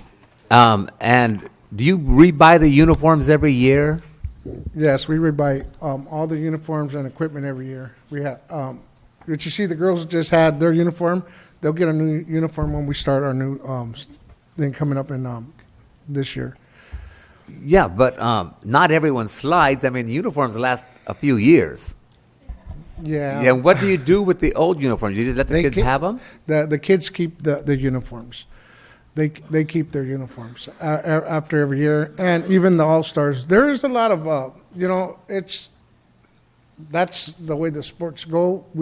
We get them back and give them to other kids after people used them and washed them, and so every year they get new uniforms. We get new equipment. Like this year, we really have to buy new bats for the whole league because all the bats are going out. They're not illegal anymore because they're coming out with new bats that means for all baseball.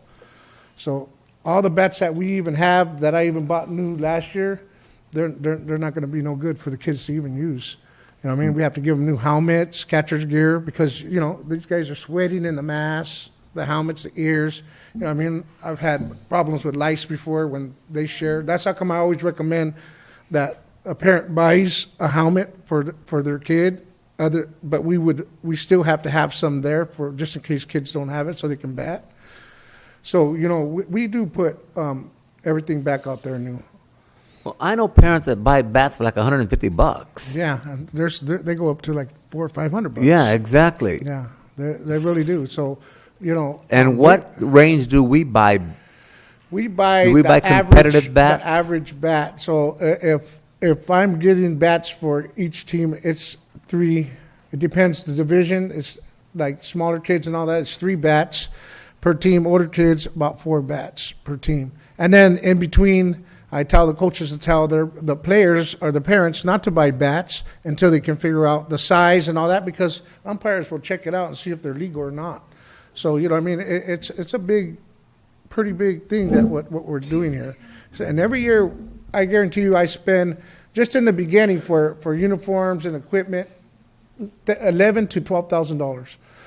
Once we're done with it, and that's not even that. When we get into All-Stars, we're buying uniforms again, and getting their hats again, and it depends. And the Tournament of Champions, which you just seen what they want, we have to pay $150 for each team to enter that, and we don't give them new uniforms for that, because usually the team goes all in one set. All-Stars, it's another $150 for each team to enter All-Stars. This team, and I didn't get up to say nothing, but this team went all the way through All-Stars and went all the way to Victorville, but they lost. But they went and took all the way out of district and went to Victorville. So this team did a lot. These girls' team, and they're pretty young to move that far. So, we're working hard. We do a lot of. We try to do a lot of events. We still do fundraising for. We have baseball on the weekend, so we have that fundraiser that we keep going because we have to make up the money. You know what I mean? If you guys give us a donation, Moscow Foundation usually gives us a donation, and then we fundraise during the time that we're off. We fundraise for ourselves too. Plus the events, if we do some events, the carnival or the car show, then we're constantly doing stuff, and we're constantly also giving back to the city. I do can drives with the City of Hawaiian Gardens with the front desk up there. I do back to school drives. We get the baseball players to come and bring back to school, and then we also do the big toy drive starting in November to December that we donate to the City of Hawaiian Gardens. And that the kids, each player has to bring something that present that we give. That's why we get so much gifts. And you've seen them the last time when the man delivered all the stuff. Very nice that was the gifts. collection that we got from each kid, and they come from all over the place.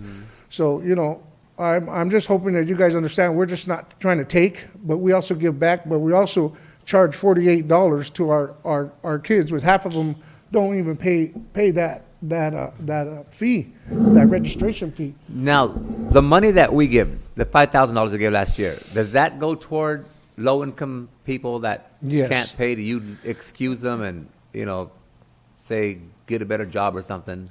Yeah, and we even go all the way down to, Mayor, we go all the way down to even letting them make payments on that $48, $5, or the parent works it off in the snack bar. I grew up here. I understand, the people here where we live at, and I'm always constantly trying to just better for they can move on, play, whatever we can do here to help out.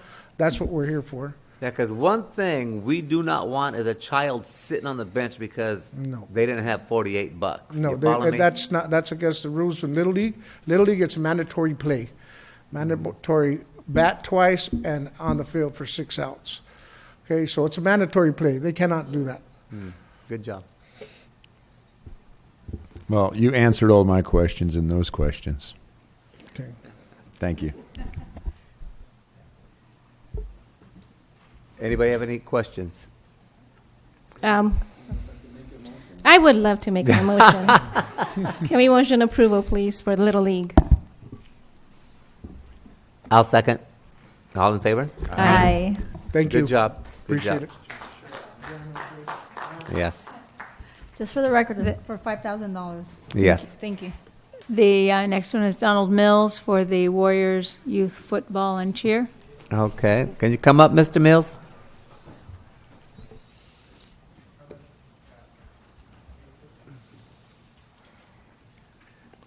How you doing? I'm good, sir. How you doing? I'm doing well. Are you enjoying your last year? Yes, I'm at this point right now. I'm slightly getting more comfortable as the season goes on. Right now, we just finished week 3 of the season.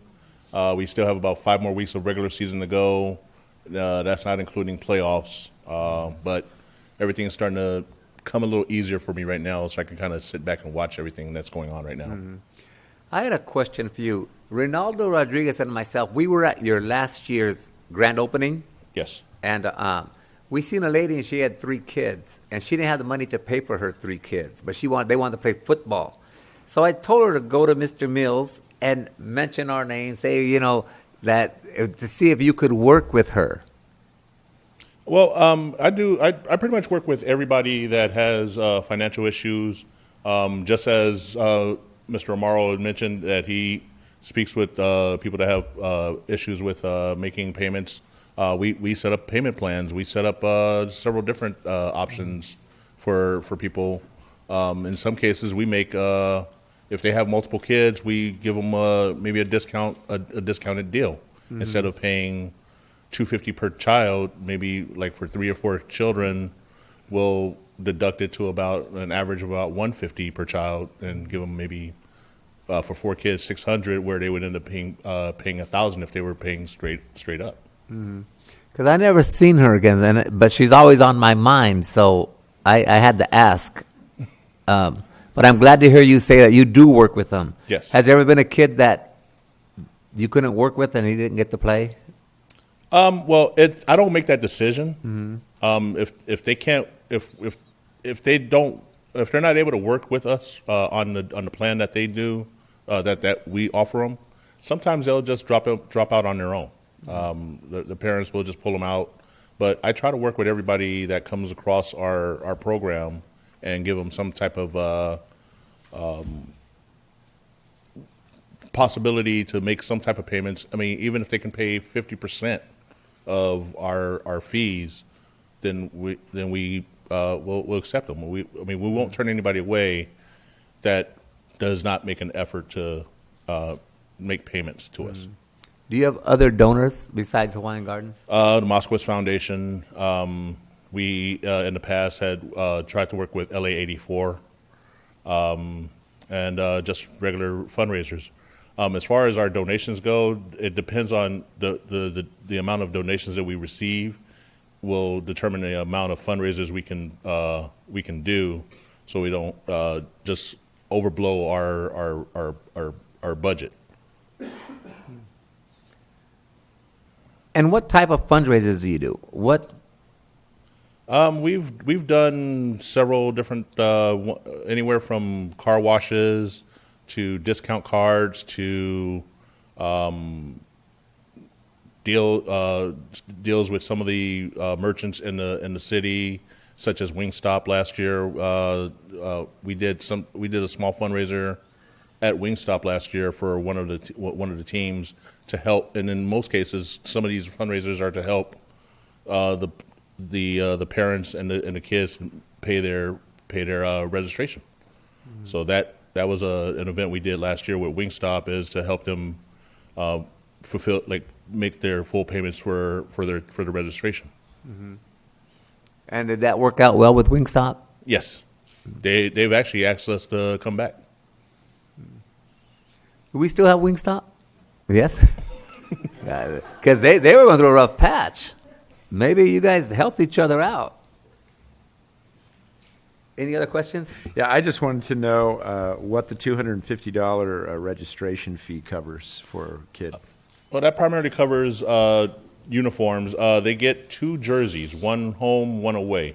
They get to keep the home jersey because that has their name on the back. The away jerseys are used, we try to recycle them use them for about every 2 years, and then we would have to recycle them because of wear and tear. But they get that. They get a trophy.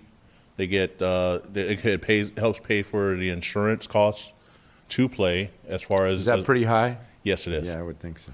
And the basic equipment that they have to use to maintain the equipment.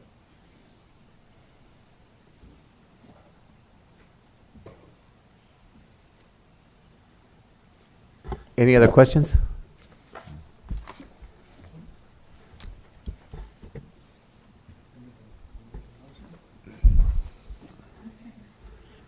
I'll make a motion to approve. I'll second. All in favor? Aye. Aye. And before Donald goes, Thank I'd you. like to thank you because I know that I've talked to people outside of our city, and your team makes us look good. They acknowledge the Hawaiian Gardens warriors, and they, when they play at our city, they acknowledge what a wonderful field we have, and they're just amazed by our kids. So thank you for that. I know that I was not able to attend your opening, but I would like you to keep us in mind for towards the end of the games to invite the kids to City Council so we can acknowledge them. I'm not sure what the time period of that is, but keep us in mind. I will. Thank you. Thank you. And just for clarification, that last motion was for $5,000 donation. Yes. Thank you. Bill Cinco was not able to be here, but I know you're all familiar with the program. But I did have a question for Bill. There's a letter of support from President Apodaca of the ABC School Board, but we can certainly table this particular portion, bring Mr. Cinco in, and then you can ask your questions. Well, maybe you know it. Okay. I mean, maybe you know the answer. It says approximately 574 residents with multiple visits. So that number is kind of innocuous to me because I don't really know how many. Is he counting? Are they counting individuals that go to counseling? Are they counting counseling classes like 2 times a week? Are they counting the whole family that is involved with a client? Or, I mean, 574 is a lot of number, and I was just wondering how they arrive at the number. Yeah, here's how it starts. It starts with one recommendation from ABC School Board, the child. And they talk to the child, then they bring in the parents, then they bring in the siblings, and it ends up the family. I see. So it could end up even using outside people. And the number of visits depend, everyone needs more than one visit, so they will come multiple times. And so that will fund, if you count how many visits, that's a larger number. They actually provided a number of visits, but Linda asked them for detailed information about, of those visits, how many people are Hawaiian Gardens residents, to help you at least understand individual. So that would be counting then the client, the parents, the brothers and sisters, all those would be included in the 574 people then. I would have to ask him to confirm that, but I believe that that's correct. If you want to table and get the answer to that before we move forward, we can certainly do that. Ernie and I talked with him, the city manager, and he explained how it works. Okay. Sometimes he even brings uncles and aunts in the picture because it's a family thing. Everyone needs to be worked with.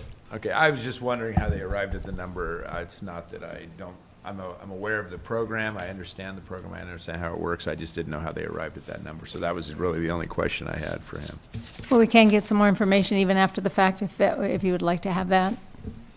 And actually, if I may add, so actually today we came up with some terms to move his services into the city to greater facilitate helping out our residents. Great. So. That's awesome to hear. Thank you, Mr. Hernandez.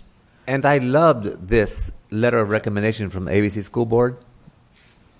I was going to bring up the letter after. Okay. But then, I would have appreciated that we get a copy of it. I want to see what our school board member There was one on your is desk. telling us. Oh, it was on my desk? Okay. Yes. I'm sorry. I did not make it to my desk before this because Mr. Rodriguez brought up the fact of lateness last time. Mayor, if I may. Yes. I needed to be here. The city clerks did receive that letter. It was late this afternoon, close to 5. Right. And we made copies and left some of those at your desk. See, you're ahead of me then. But we also you. brought some. So it was a letter that was received by the clerk's office late this evening. Awesome. Well, I'm glad that our school board representative is writing on their behalf because that's he's representing our city. Mm-hmm. So thank you. He's doing a good job. All right, I'll make a motion to approve. I'll second it. All in favor? Aye. Aye. And again, for clarification, it's for $5,000. $5,000, Thank you, yes. council. Okay, now we'll move back to our consent calendar. There's 15 items on the consent calendar. I'd like to pull number 3, number 4, and Ms. Maravilla asked to pull number 5. Does any council wish to pull any other number? Okay. I'd like to pull number 1 and 12. Mr. Rodriguez will pull 1 Just waiting for and 12.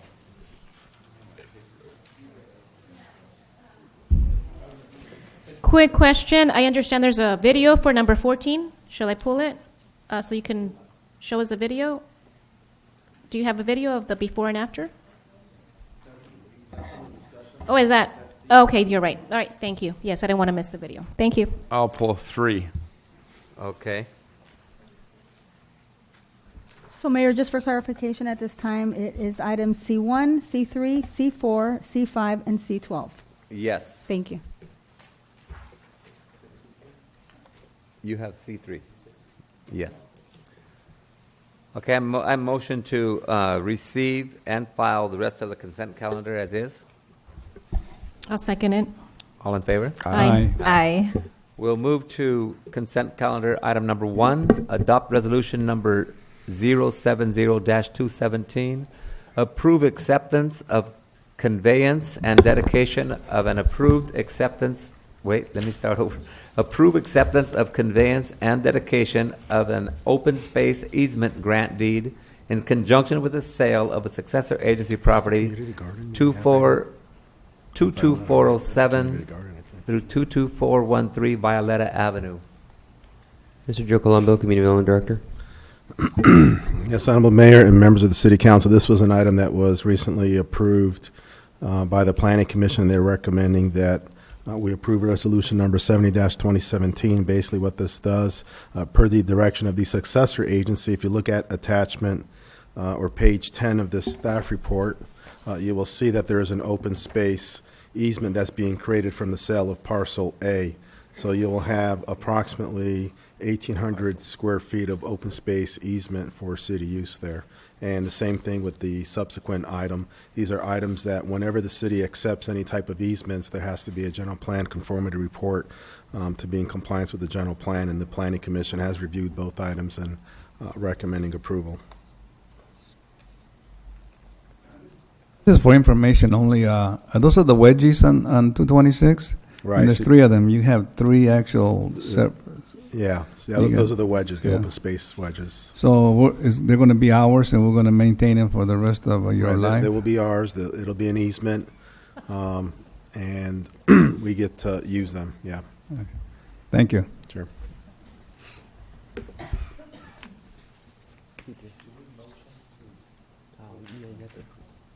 It's receive and file. So at this point, if there's any further discussion, you could entertain a motion to adopt resolution number 070-2017. Well, we got to make the motion, right? And That's what the mayor's doing. okay, I'll second it. Aye. Aye. So the record will show that Barry Bruce did not vote on this item. Thank you.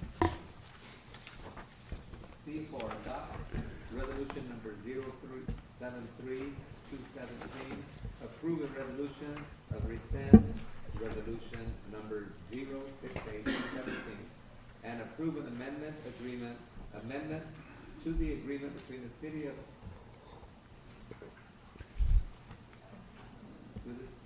and the Southeast Los Angeles County Workforce Investment Board, Celico Web, under contract is 106008, to conduct the fall fiscal year 2017-2018 Earn and Learn Work Experience Program, and to amend the fiscal year 2017-2018 budget to include these funds.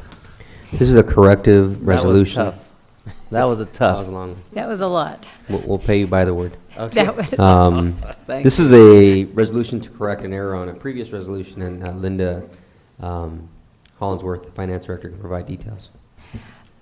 We brought before you at the last council meeting an amendment to a contract with the Celico for our fall Earn and Learn program. After the meeting, the next day, they sent me a notification that the contract number that they had given us and referenced was not correct. And so we're just correcting that so we have the right contract number in the resolution that you adopted. So we rescinded the one that had the incorrect number. We've just put it in place with the correct number. Okay, I'm doing this just for information to get out to the city. Are there still slots open for this Earn and Learn? Yes, there are. Last I checked with her, we had, how many were we down to? We had, I think, 18 CalWorks slots and 1 NCC. We were allotted a total of 48 slots. So we've filled quite a few, and it's really moving well. And the ages? that can apply, the ages? 14 to 24, depending on the program. Good. Yeah, so if you know anyone that's interested, please have them contact Brianna Gonzalez, who is our YEP coordinator, and turn in an application. Applications are available online and at the front desk. Now, I was going to bring it up as new business, but I think it's appropriate at the time. I would like to request a report from Celico as to the activities of last year and what are the goals for this year, like what's going on with the program. Are you talking about from the Celico organization? Correct. Have them They come used in? to come and visit us. And Yeah, then they would like to come. They were waiting for an opportunity to come. Right, and, specifically the implementation, obviously, in Hawaiian Gardens. Okay. And obviously, we do need to fill up all those spots because it's an amazing opportunity. Thank you very much. I move to adopt resolution number 073-217. I'll second. All in favor? Aye. We'll move to C3. Adopt resolution number 072-217. Approve a memorandum of understanding, MOU, with Clean Slate Incorporated to conduct a tattoo removal program. Steve Gomez. Yes, Mayor and members of the City Council. As you know, Clean Slate Incorporated currently conducts a monthly tattoo removal program here in our city. The program currently operates the second weekend of every month on Saturdays from 8 a.m. to 5 p.m. and on Sundays from 9 a.m. to 3 p.m. at the Helen Rosas Center. The proposed MOU recommends a revision of the program's operating hours. Staff and Clean Slate recommend that the removal program continue on the second weekend of every month, Saturday and Sunday, from 9 a.m. to 3 p.m., and mainly that an additional day be added, which would be the first Tuesday of every month from 4 p.m. to 9 p.m. And again, both staff and Clean Slate feel that the addition of the Tuesday evening session would allow those people that aren't available on the weekends to participate in the program. Currently, there is adequate funding available for the program, which is $6,000. Staff would recommend that council adopt this resolution, and I can answer any questions that you may have. The only question that I had was, it said in the report that staff recommends, and I just wanted to make sure that Clean Slate and staff, which you already just said, is agreeable with it. So they're happy to do the yes, sir. the additional program. Clean Slate's great, doing a great job. I've seen a lot of people in our community helped get their tattoos removed with that program, and the staff there has been really great cooperating with our city. So it's been very good. So I'd like to make a motion to approve. I'll second. All in favor? Aye. Aye.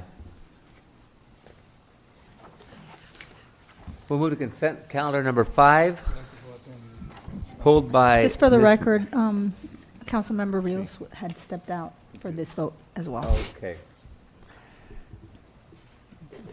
C5, adopt resolution number 074-2017. Approve a resolution to authorize the city manager to declare city equipment as surplus. Mr. Steve Gomez. Yes, Mayor and members of the City Council. The newly named Recreation and Community Services Department has identified equipment to be declared as surplus. This equipment was previously used at the computer lab located at the Public Safety Center. These items have become damaged and or obsolete. Our city's information and technology specialist recommends that these items be declared as surplus and sent to e-waste. The items, as you can see on your staff report, are the actual computers, monitors, there's one printer, 2 fax machines, and also a scanner. And I can answer any questions that you may have on this item. Can you repeat the name of your department again? I missed it. The Community and Service...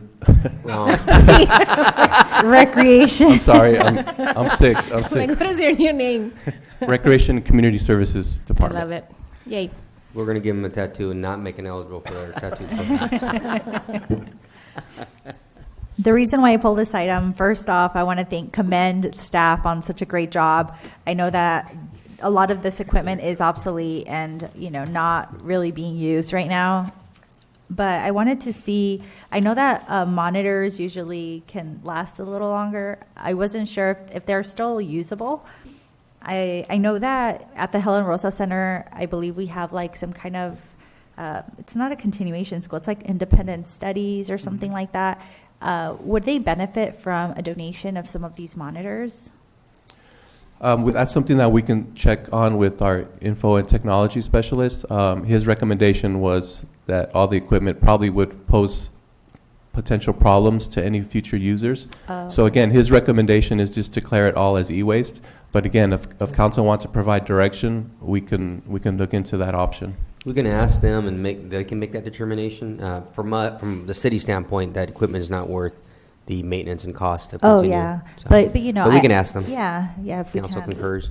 I would table this item to wait for that information, because if it is usable for somebody else, that would be appropriate rather than just e-wasting it.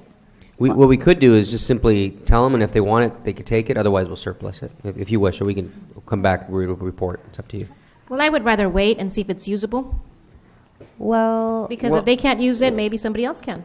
I don't No? think we should table it and No. discuss it again up here. I think if Sergio, correct, who does all of our. I just want, I don't want to stall the process because they got to go. Hey. But what I'm saying is just if staff can just reach out, or Sergio reach out to this organization and just let them know, hey, it's here, it's going to go to e-waste by this date, and that's it. But I don't think we need to see this again. With the understanding that we're not fixing it. I wish we could see it again.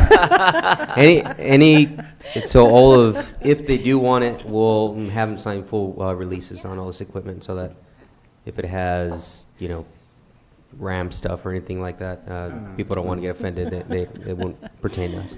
Yeah, exactly. Yeah. And for clarification, this is the school district offices at the Helen Rosa Center, the upstairs.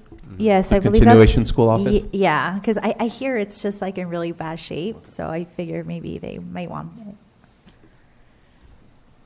it. So what are we going to do here? We're just going to move on. We're gonna adopt At this point, if you're done with the discussion, you can consider a motion to adopt resolution number 074-217. I'll make a motion to adopt. I'll second it. All in favor? Aye. Opposed. Anyone opposed? Me. Okay, we'll go to consent item 12. Community Development Department, Engineering Division, monthly report for August 2017. Mr. Rodriguez, you pulled this? Yes, on page 94, 93 and 94, I want to know what's happening with my cameras. I don't see no action here. Oh, we got good news. Yeah, actually, I was going to provide a report during staff reports on a couple projects. I don't know if you want me to provide it now on the cameras, or we have Helen Rosas and Clarkdale Park up and running right now. But Well, we also have the street ones that we want to also, or you haven't done anything. I can give you an update on that as well. But the ones with the streets, we have met with the county's preferred vendor, and we are getting proposals from them. It's not a budgeted item, so what we're doing is gathering enough information so that when we do a budget amendment in January, we will come prepared and ask more or less what kind of funding we'll need to do something like that, and meet with the appropriate committees and get recommendations. So we are looking at providing surveillance cameras at key intersections in the community. Well, we need to do that before I retire and you retire, so let's get it going. I But mean, this is very the ones for important. Clarkdale has been completed for the most part. I'll say 99%, as well as Leeward.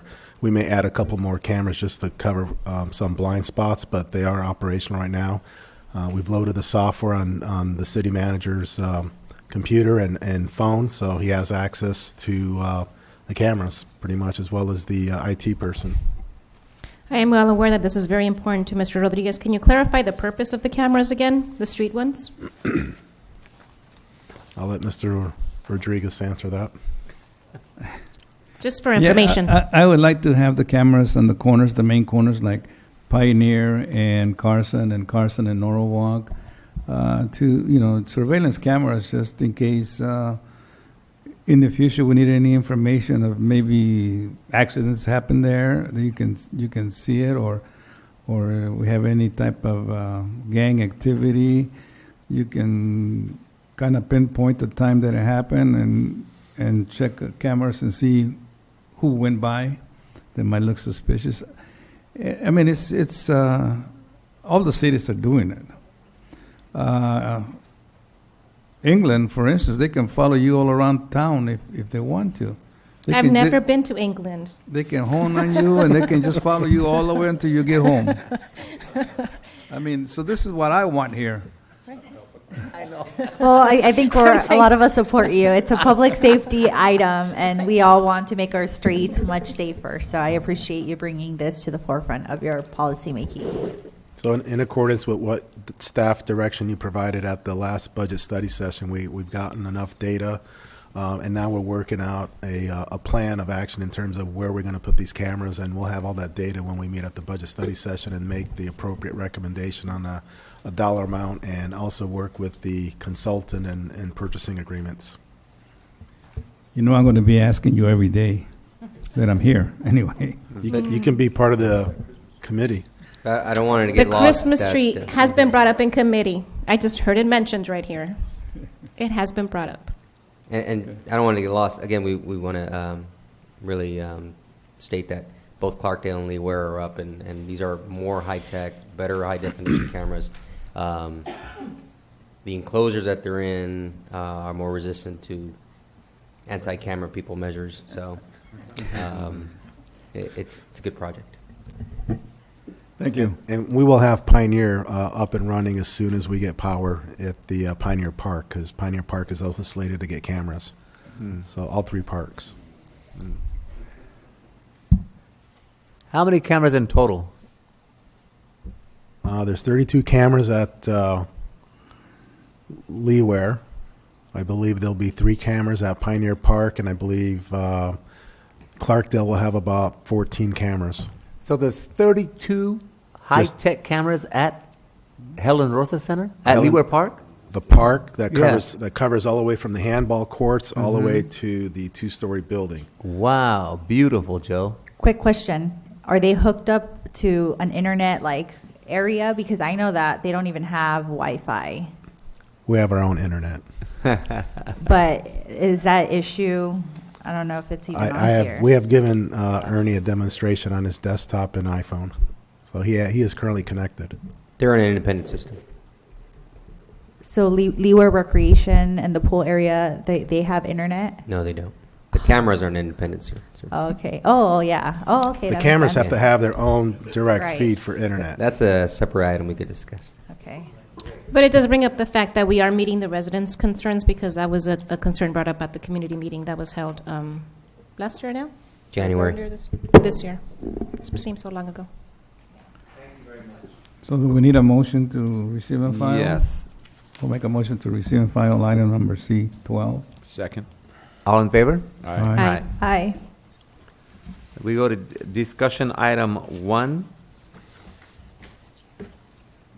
Community Development Department Beautification Program Update Report for end of fiscal year 2016-2017. Mr. Colombo, Community Development Director.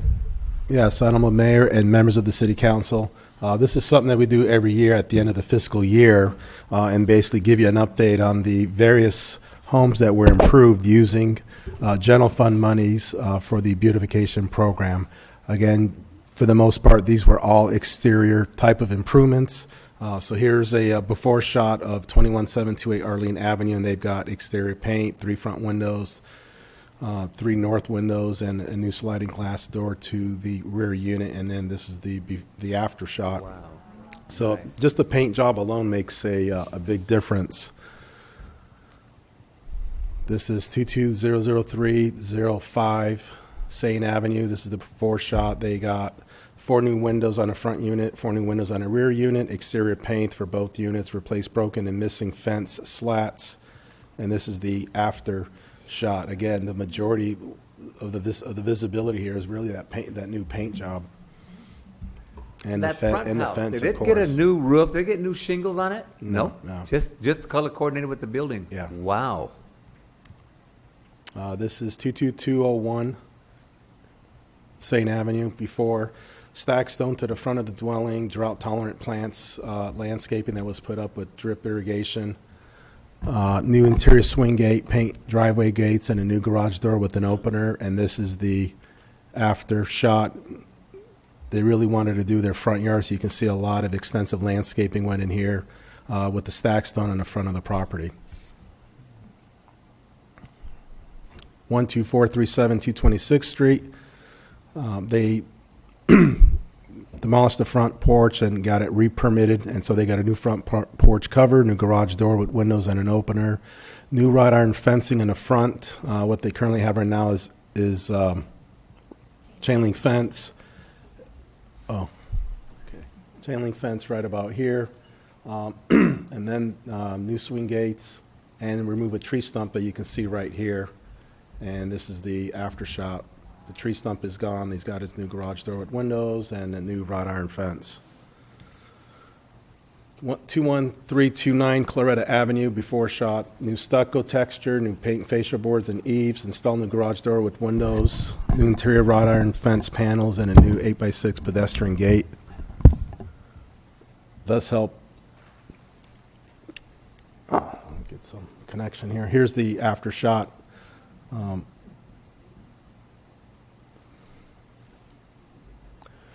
22424 Horst Avenue.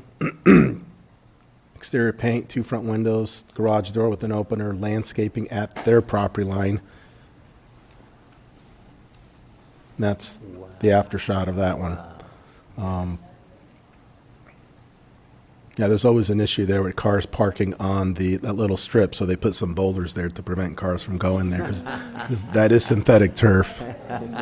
The neighboring property owner did not want to, at that time, install some of the turf, but we'll hit them up again, see if they're interested. 22227 and a half Horst Avenue, before shot. Retexturing the entire units. 2 new garage doors. Okay, they clean up the driveway as well. 21914 Juan Avenue, before shot. New roof, new fascia boards, starter boards, remove unpermitted tile on the dwelling, and install new stack stone. And there's your new stack stone that they put on the front yard, the front of the building. Again, you don't see much when the new roofs go in from a picture point of view, but they're happy that they got a new roof and don't have to deal with the roof leaks. 12336 224th Street. New wrought iron fence, pedestrian swing gate and driveway, rolling gate with mesh, new interior swing gate. Replace 20 feet of the front driveway. And that's what that looks like with that new wrought iron fence. 22006 Elaine Avenue.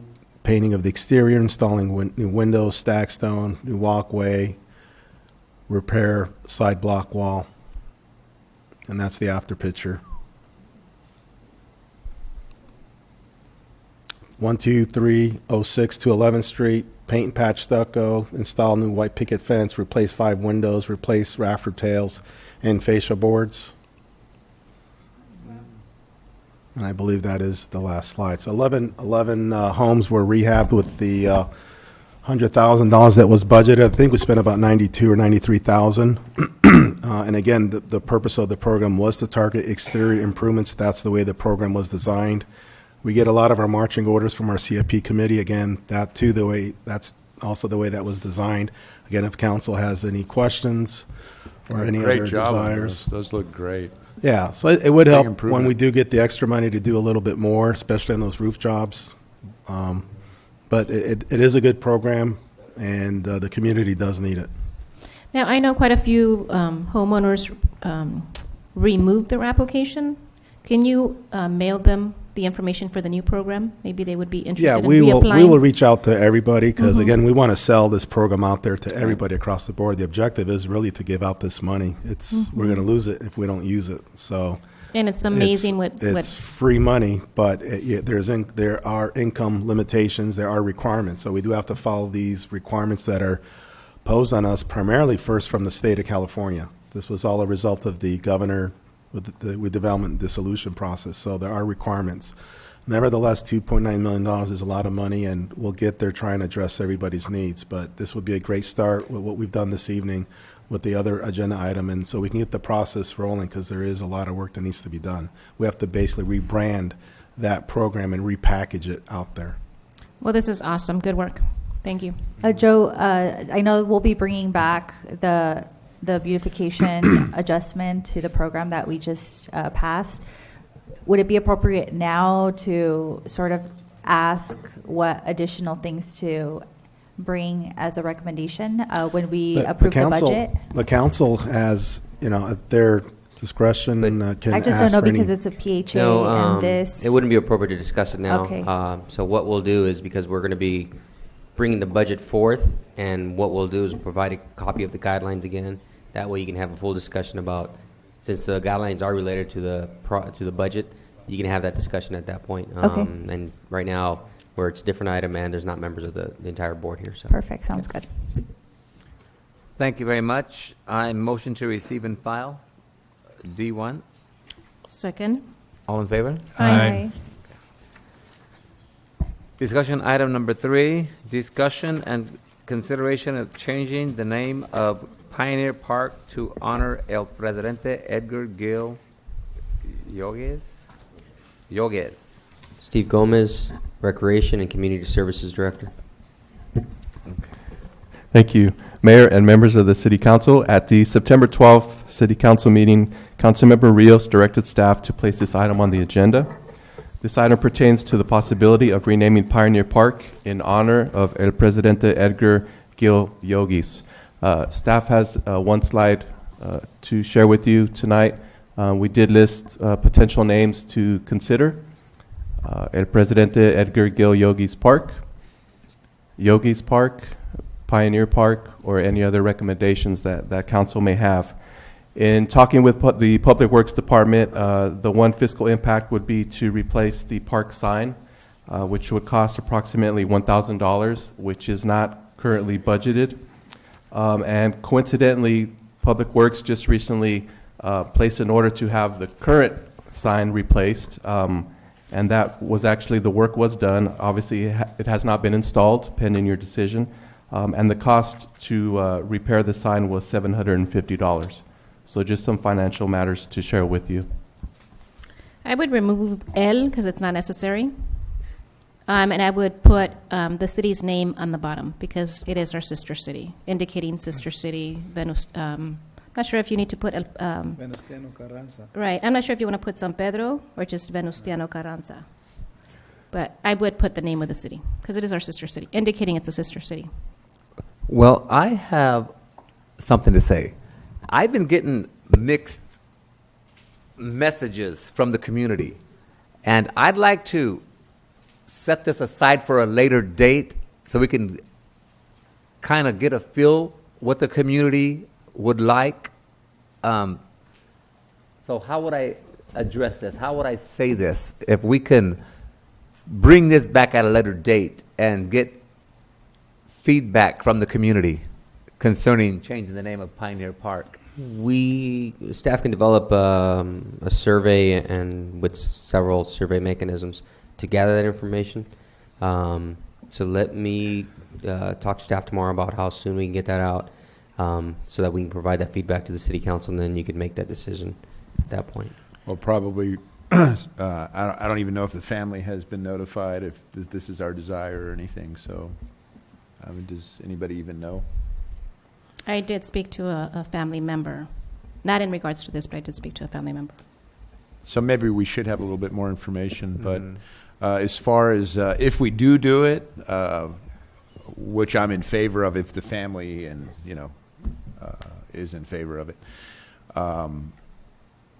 is I would like to shorten it, but I'd like to erect a monument, and on the monument you could write all the pertinent information that would a plaque with his picture on it. I've seen them before. They're really nice, and they're protected. I know it's a lot more money, but I mean, if you're going to have a memorial park, there should be a reason for it, and you should have an understanding of who that is that the memorial is to.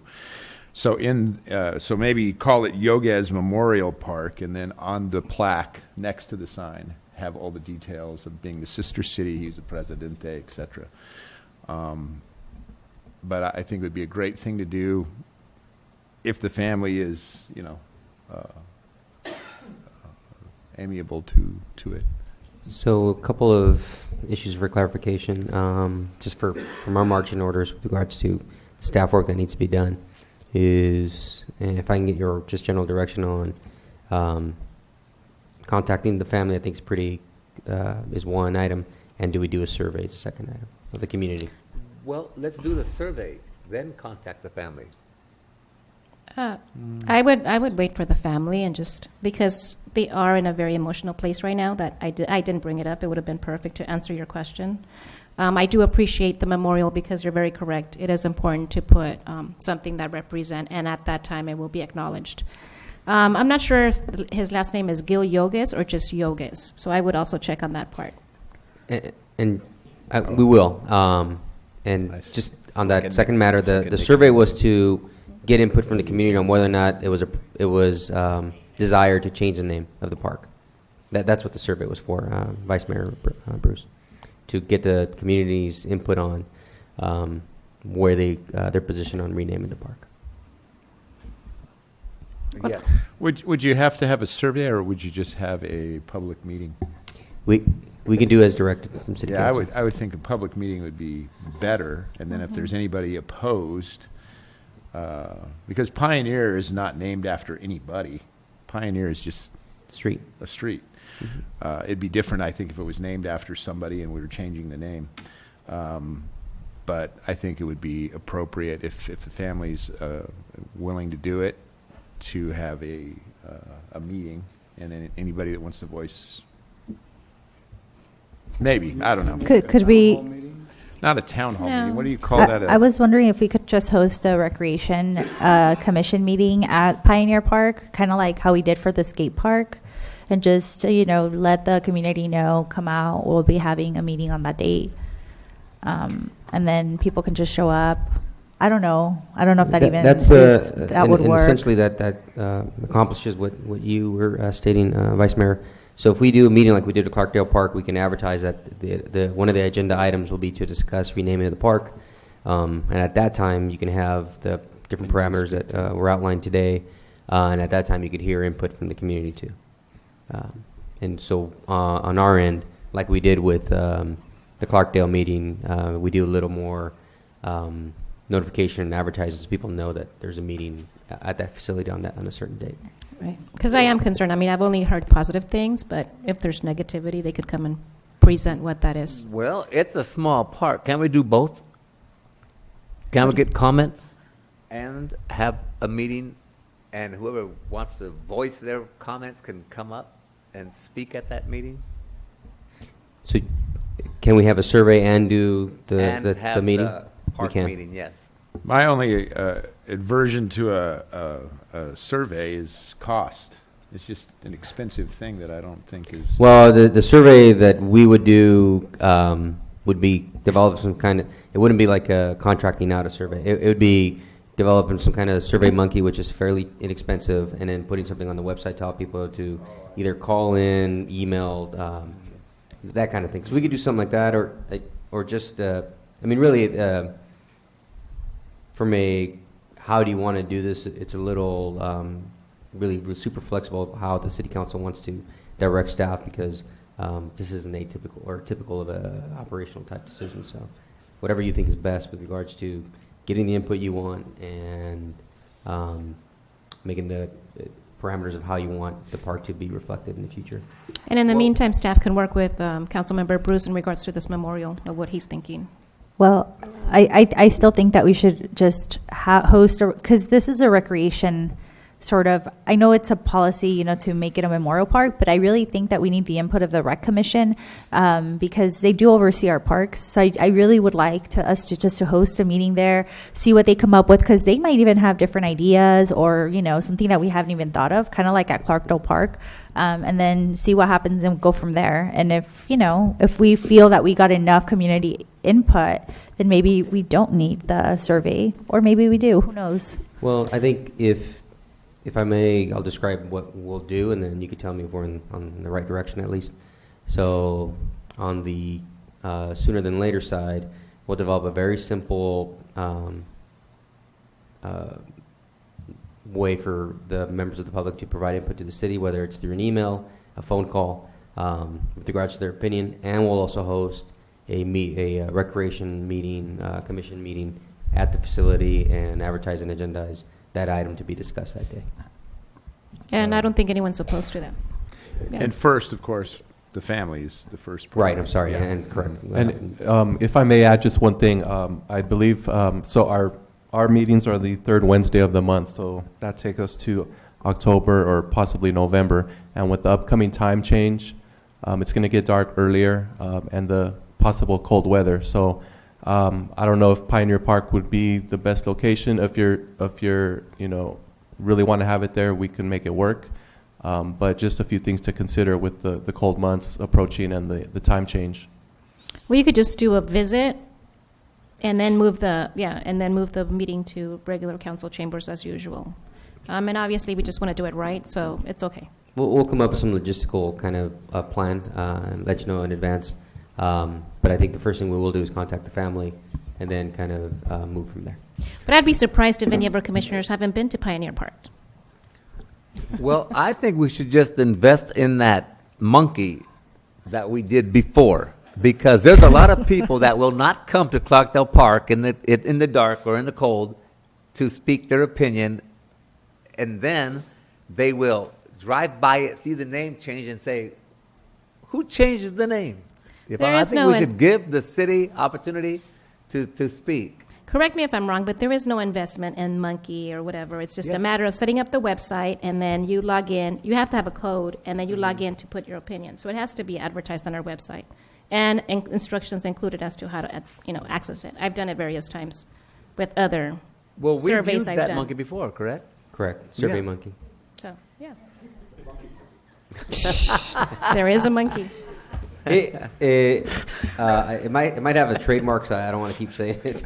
But basically, we'll find an inexpensive mechanism to do a survey on top of the mechanism that Councilmember Rios described. Yeah. Start calling you guys changos. Quick, correct? No. We could start the survey quick, and then have our park meeting a little bit. So from a kind of sequences, we'll contact the family, develop a survey, and set up a meeting. Yes. This does bring to my memory another issue that we talked about on City Council, and then it just seems to have it just vanished, and that was the naming of the street after Dr. Moskowitz. That was quite a while ago, and we were going to look into that. Staff was going to look into that, and then it just kind of vanished. So when I saw this on here, I thought, yeah, we had talked about that. Sorry, I thought you were going to bring that up was before your time, right? Yeah, what street we're interested in? Well, we actually, I think where we ended it was Joe had brought up an alternative street. We had mentioned Pioneer Street, and then he had mentioned this, what is that street behind the casino? By the park, Bloomfield. 215th Street? That's Bloomfield. 215. 215th, that's what it was. That was your recommendation, and then it just right went between nowhere. And I think what happened is we got involved in so much other stuff. New city manager, all that. And then it just kind of fell by the wayside. So okay, again, we're kind of deviating from the agendized item. So if you guys want to take action on this item, we could do that, and we can also bring back this and item. put that on the agenda at a future agenda. Okay. Yes. I'm quite embarrassed because just as you, as I was thinking about it, I thought the same thing, whatever happened to that particular matter. So we could just agendize it. I'm sure it's in the minutes of all the conversation we talked about. And just like this one, we were holding off for the family. So let me know. And I'll go ahead and make a motion to get staff. I don't even have my thing on. Make a motion that staff go ahead and proceed on the discussion item number 2, as we discussed. 3. I'm sorry. I'll second it. All in favor? Aye. Aye. We'll move to committee reports. New business? I have new business that I would like to bring up. So I have 3 items. The first one that was recently brought to my attention is Ferguson Elementary School parking citations. If we could please get a staff report on how many parking citations have been issued specific to Ferguson location, and how many red curbs they have. Do they have loading zones? All of that. I've just been getting a lot of complaints from residents that they don't even have enough time to unload their kids in the morning or pick them up. And then the second one would be the street decorations for Carson Street for Christmas. I know that they're reindeers, but I actually got called when I first won city council, and a friend congratulated me and asked why we have donkeys on Carson Street. And I had to explain that they're not donkeys, that they're actually reindeers. The donkey is very significant with Christmas. Yeah, burritos. Right, but I don't think that that's what it's supposed to be. So I think with the renovation of Carson Street, we should look into new state-of-the-art decorations to go with our beautiful new casino. And the last one would be to visit, I know that this is also an issue important to Mayor Pro Tem, the statues at the Public Safety Center, if we could just revisit that. In terms of what statues we have there and what statues I feel would make it more equitable. I missed the committee reports, but I'm glad that we're a new business because this is actually a new business item. And I would like to agendize the Christmas program only because the funding is limited, and I know Mr. Rodriguez wants a new tree. So we need to discuss how that's going to happen. Well, I'm still searching. I'm searching for at least a 20-foot and above tree. This next week is going to be pretty busy. Maybe the following week we'll go back to the nursery, which is located by La Cañada out there, and see what kind of trees they have now. They had a real nice. Well, it wasn't nice. That's why we didn't get it. But this tree was about 30 feet tall. And so, hey, well, we're already meeting. We want to make sure that we do get the right tree. You can't hurry things up. Like right now, we can't just hurry up just to get it before the December. But we can try. But I don't think we can do it. But we want to make sure we get the right tree there. Well, we'll yield to you then. If it doesn't happen by Christmas, then we'll still continue working on it. Oh, yes. No, I'm Christina, and I'm also working on my other project, but so I can't mention that yet.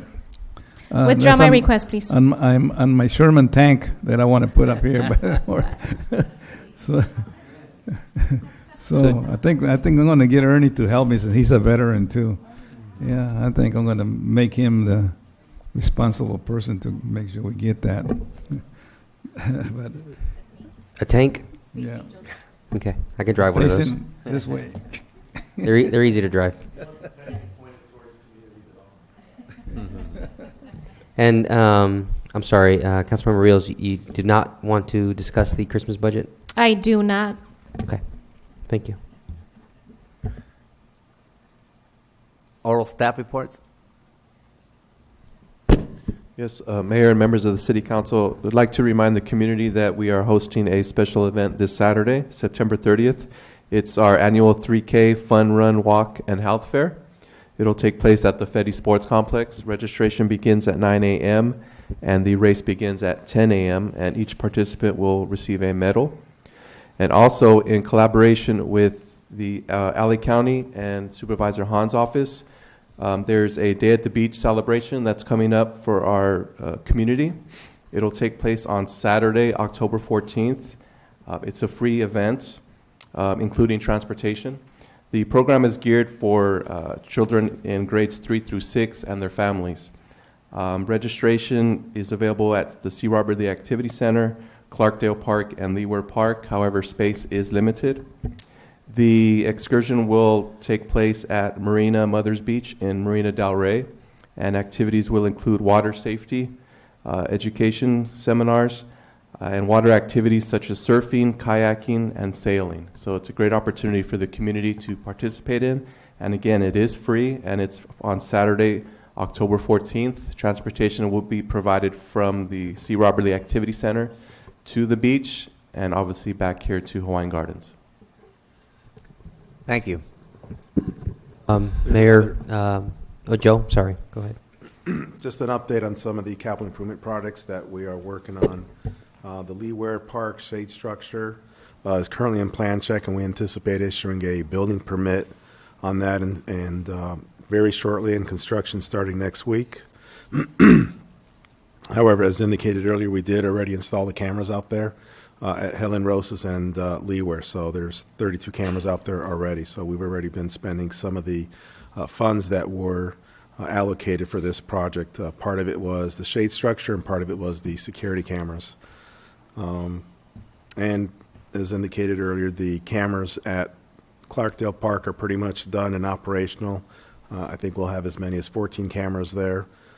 And then Pioneer Park is in the process of getting energized because there was no electricity at Pioneer Park. So that takes some time to get Edison to bring in the pedestal for the meter. 2016 17th Street Improvement Project, that'll be construction is to start on October 4, 2017, and that's basically resurfacing various streets throughout the community. And then dovetailing into that is the Golden State Water Project, where they're going to be slurry sealing all the streets that they trenched and upgraded the water line. So both projects happen to be awarded by the same contractor, which is All American. So we're going to start with the overlaying the streets that is being paid for by the city's funds, and then once that's complete, we'll let them go ahead and deal with the various slurry seals that need to occur out there. So that's a big project because of the various streets and various segments that are affected. Today, bids were received, proposals were received for design services for the teen center. We'll review those tomorrow and see where they stand. We had 3 architects submit proposals on that. You indicated you wanted to kind of fast track that project. So one of the first things that needs to happen is we need design services, and so we'll be able to award that at the city manager's level. We anticipate that being under $30,000. That just want to add to that. So we will actually have a study session in particular to that item, so that we get council input on the design aspects of the program, and we'll make sure to advertise it both with our rec commission and their folks, so that members of the community can provide input with regards to what they'd like to see at a teen center also. Are we able to have a study session there, or is it safe enough for us to do that? You know, I don't know. We'll look into it and get Because I know back to you. last time we talked about it, and I was like, I don't really know what wall you guys are referring to and all that. The study session actually will occur at the teen center site. Oh, So we've already energized the building. Okay. We're already making sure that everything is going to be safe, and we're actually going to have tables there set up and light refreshments, and just invite the stakeholders that are part of that project, and similar to what we did with the skate park. So we'll be working with Steve on that. So that was part of the requirement of the architect, that before we even start designing anything, that there would be a stakeholders meeting, which involved the kids too. So that's pretty much all I have on the updates. Thank you, Joe. If I can actually ask, and he doesn't know about this, so Sergeant Macy, if he can come up and provide us a brief. We have a town hall meeting on October 3rd at 6 p.m. related to the city's gang junction program, or not the city, the county's program. Good evening. Yes, October 3rd, he's talking about the gang injunction at 6 p.m. So we'll do our semi-annual injunction. So 6 p.m., October 3rd. So any questions regarding the gang injunction from the community, we'll be here as a panel to answer. Anything that's brought up about the injunction, we'll be here to help out. And Sergeant, can you just kind of reiterate the fact that if they are currently on the injunction, that a lot of people are afraid to come because there might be other people on the injunction there, and of course the injunction says that 2 people on an injunction can't gather together. So can you speak to that? Yes. Everybody's invited, whether they're on the injunction or not. We're not going to penalize anybody for coming out. So, yeah. And that's on the brochures as well. So brochures were actually mailed out to the residents, and we're trying to put out as information through all our medias. Good. And so anybody that has any questions about the injunction, anybody that has any comments or wants more information is encouraged to come to this meeting. Yes, it'll be open forum, and we invite any questions or concerns, so we'll answer those. And will this also be on cable? Yes. All right, thank you. Okay. Any other questions regarding the injunction?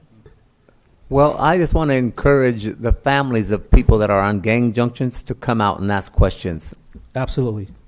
Absolutely. We encourage everybody. And you're going to have the same panel that was here, the officers that are in charge of our gang junction here? Yes, Detective Dumser will present, and we'll have our lieutenant from OSS, our Safe Streets Bureau, and then a panel of deputies in our Capital Bureau as well. Okay, great. Thank you very much. You bet. Because I remember last year, it was very effective because I brought some parents that had accusations, but when they heard the other side of the story, they had a whole different outlook on it. So I encourage families to come out and ask these gentlemen the tough questions, and we'll be here to support the tough questions. Yeah, actually, Yes, council will be able to attend and ask questions, correct? Right, and I know Myra will definitely ask some tough questions. Okay. Yep, But that's yeah, my and- job. And that's what it's all about. We're transparency, and we want an open forum. Come out and express whatever concerns you have about the injunction. So we're open to everything. Mayor and council, if I may, the notices will be up for the council to be able to attend and participate in that meeting as well. Thank you very much. Okay. Thank you, Sergeant. Thank you.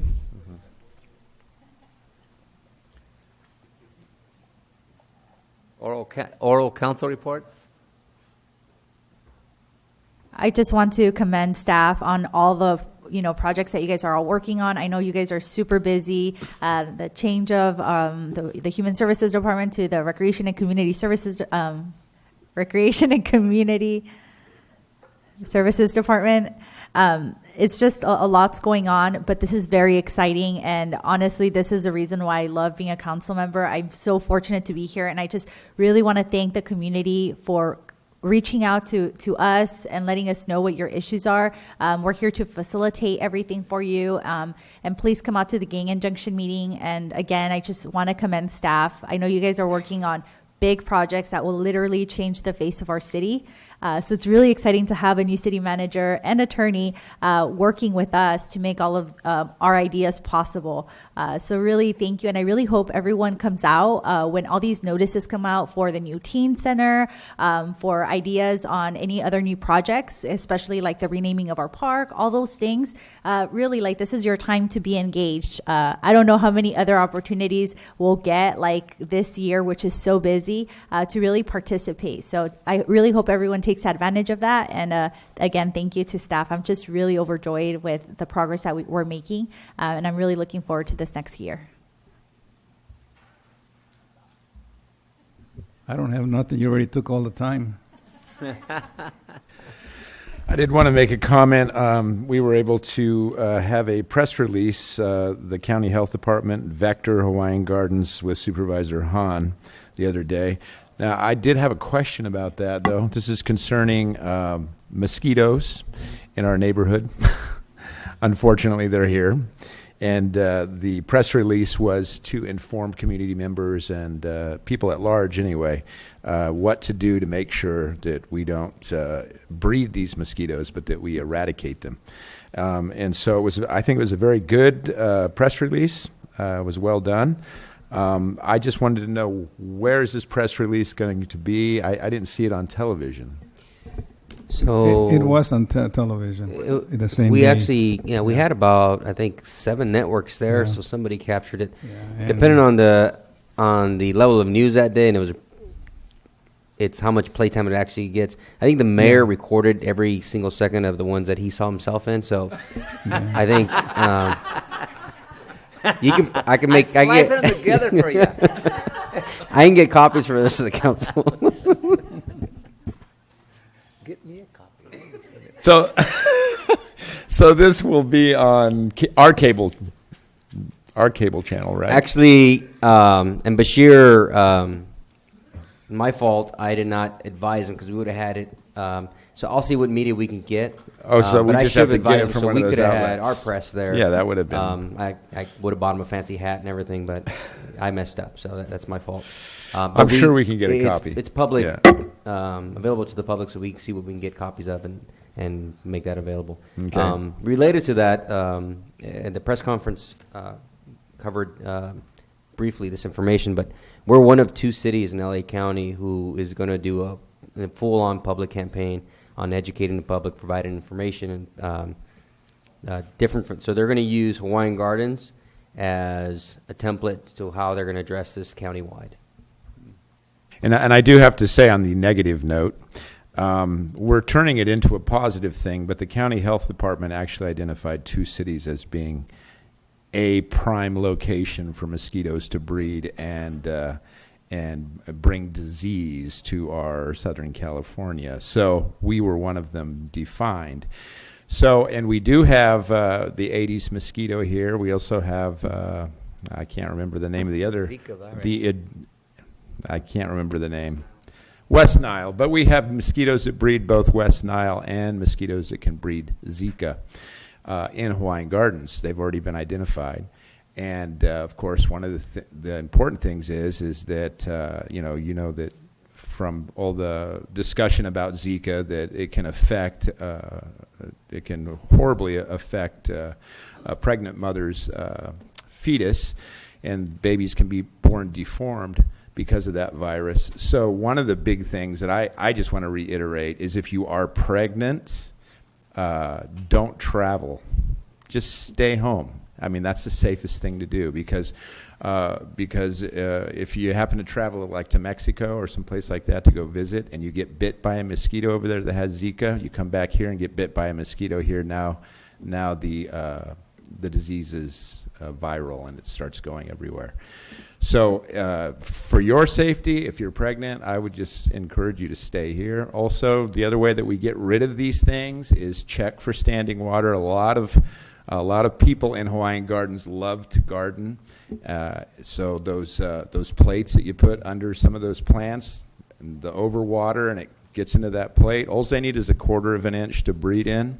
So make sure you're dumping those things out regularly, that you're not having standing water. If you have wading pools and you leave those pools for several days, mosquitoes can breed in those as well. So just, dip and tip things over and make sure that there's no standing water. And we're going to be doing things in this community that will be very proactive. But when it comes down to it, it's really individual people in the city getting informed and making sure that they take care of these things. Because I would like, at the end of the day, for Hawaiian Gardens to be listed as one of the most proactive preventative cities regarding these disease controls of any city, and then we become a model city. That's how we can turn this around and make it a great thing. Well, I know I was concerned in regards to the ditches.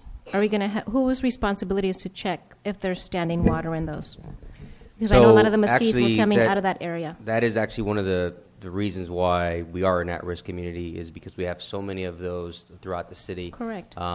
So they regularly come out now, especially the one actually right behind City Hall, to check for, and they basically have to put a chemical in there. But they're responsible for that vector control. Fortunately, the vice mayor is very familiar with their practices, and I think they were out here 2 weeks ago, and then again this week.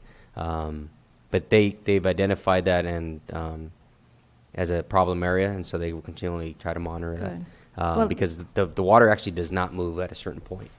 So hearing you, they're using chemicals. There was standing water in those particular ditches. Mm-hmm. Thank you. I just wanted to piggyback on what Barry was saying, Mr. Barry Bruce. October 7th, we're going to meet here with Janice Hahn and Vector Control, and we're going to walk house to house, door to door in Hawaiian Gardens, giving them information on how to beat this insect problem, how to stop them from breeding. And but what we need is for the community to understand Vector Control. They come dressed in khaki shirts and light green pants. And you might think that they're agents or something, but they're just mosquito agents. They're here to help. You don't have to be afraid of them. But what I'm going to ask, there's a lot of organizations in Hawaiian Gardens that volunteer. They go help people in the neighborhood. I'd like to ask you to come out and be part of our door-to-door campaign so people could recognize you and know you're a friendly face. And that would open doors for us. So volunteers, we're calling on you to come out and help us on the 7th. We will give you updates on times and locations. And the literature will be being passed out all over the city in Spanish and in English, but it's also available here at the city. So if you want information, it's available at the desk. Yes. And I just want to end with this. I went to see this cowboy at the Way Out Ministry. And it was jam-packed at the place. And he got his guitar, and he just had a great old time. And everybody was hee-hawing. And so he would have, what's his name, Johnny Roulette? Johnny Roulette's a Nashville a musician, and he came out and did 2 of our services. And then we had a hoedown. Honorable mention is Don. I can't remember Don's last name for the life of me. I wrote it down here, but he's 80 years old. Don got on the mechanical bull. We were a little afraid when he got on there. And he rode that bull with one hand and his hat in his hand at 80. And the guy kept turning it up, trying to knock him off, and he could not knock Don off of that thing. I found out he used to bust broncs when he was a young man, but he hasn't lost it. But he wasn't the only 80-year-old that got on there, but he was the only one that stayed on there and got off on his own steam. I got on for 2 seconds. That was it. Okay, great. With that, we'll adjourn to our next regular city council meeting to be held on Tuesday, October 10th, 2017 at 6 p.m. Thank you very much, and good night.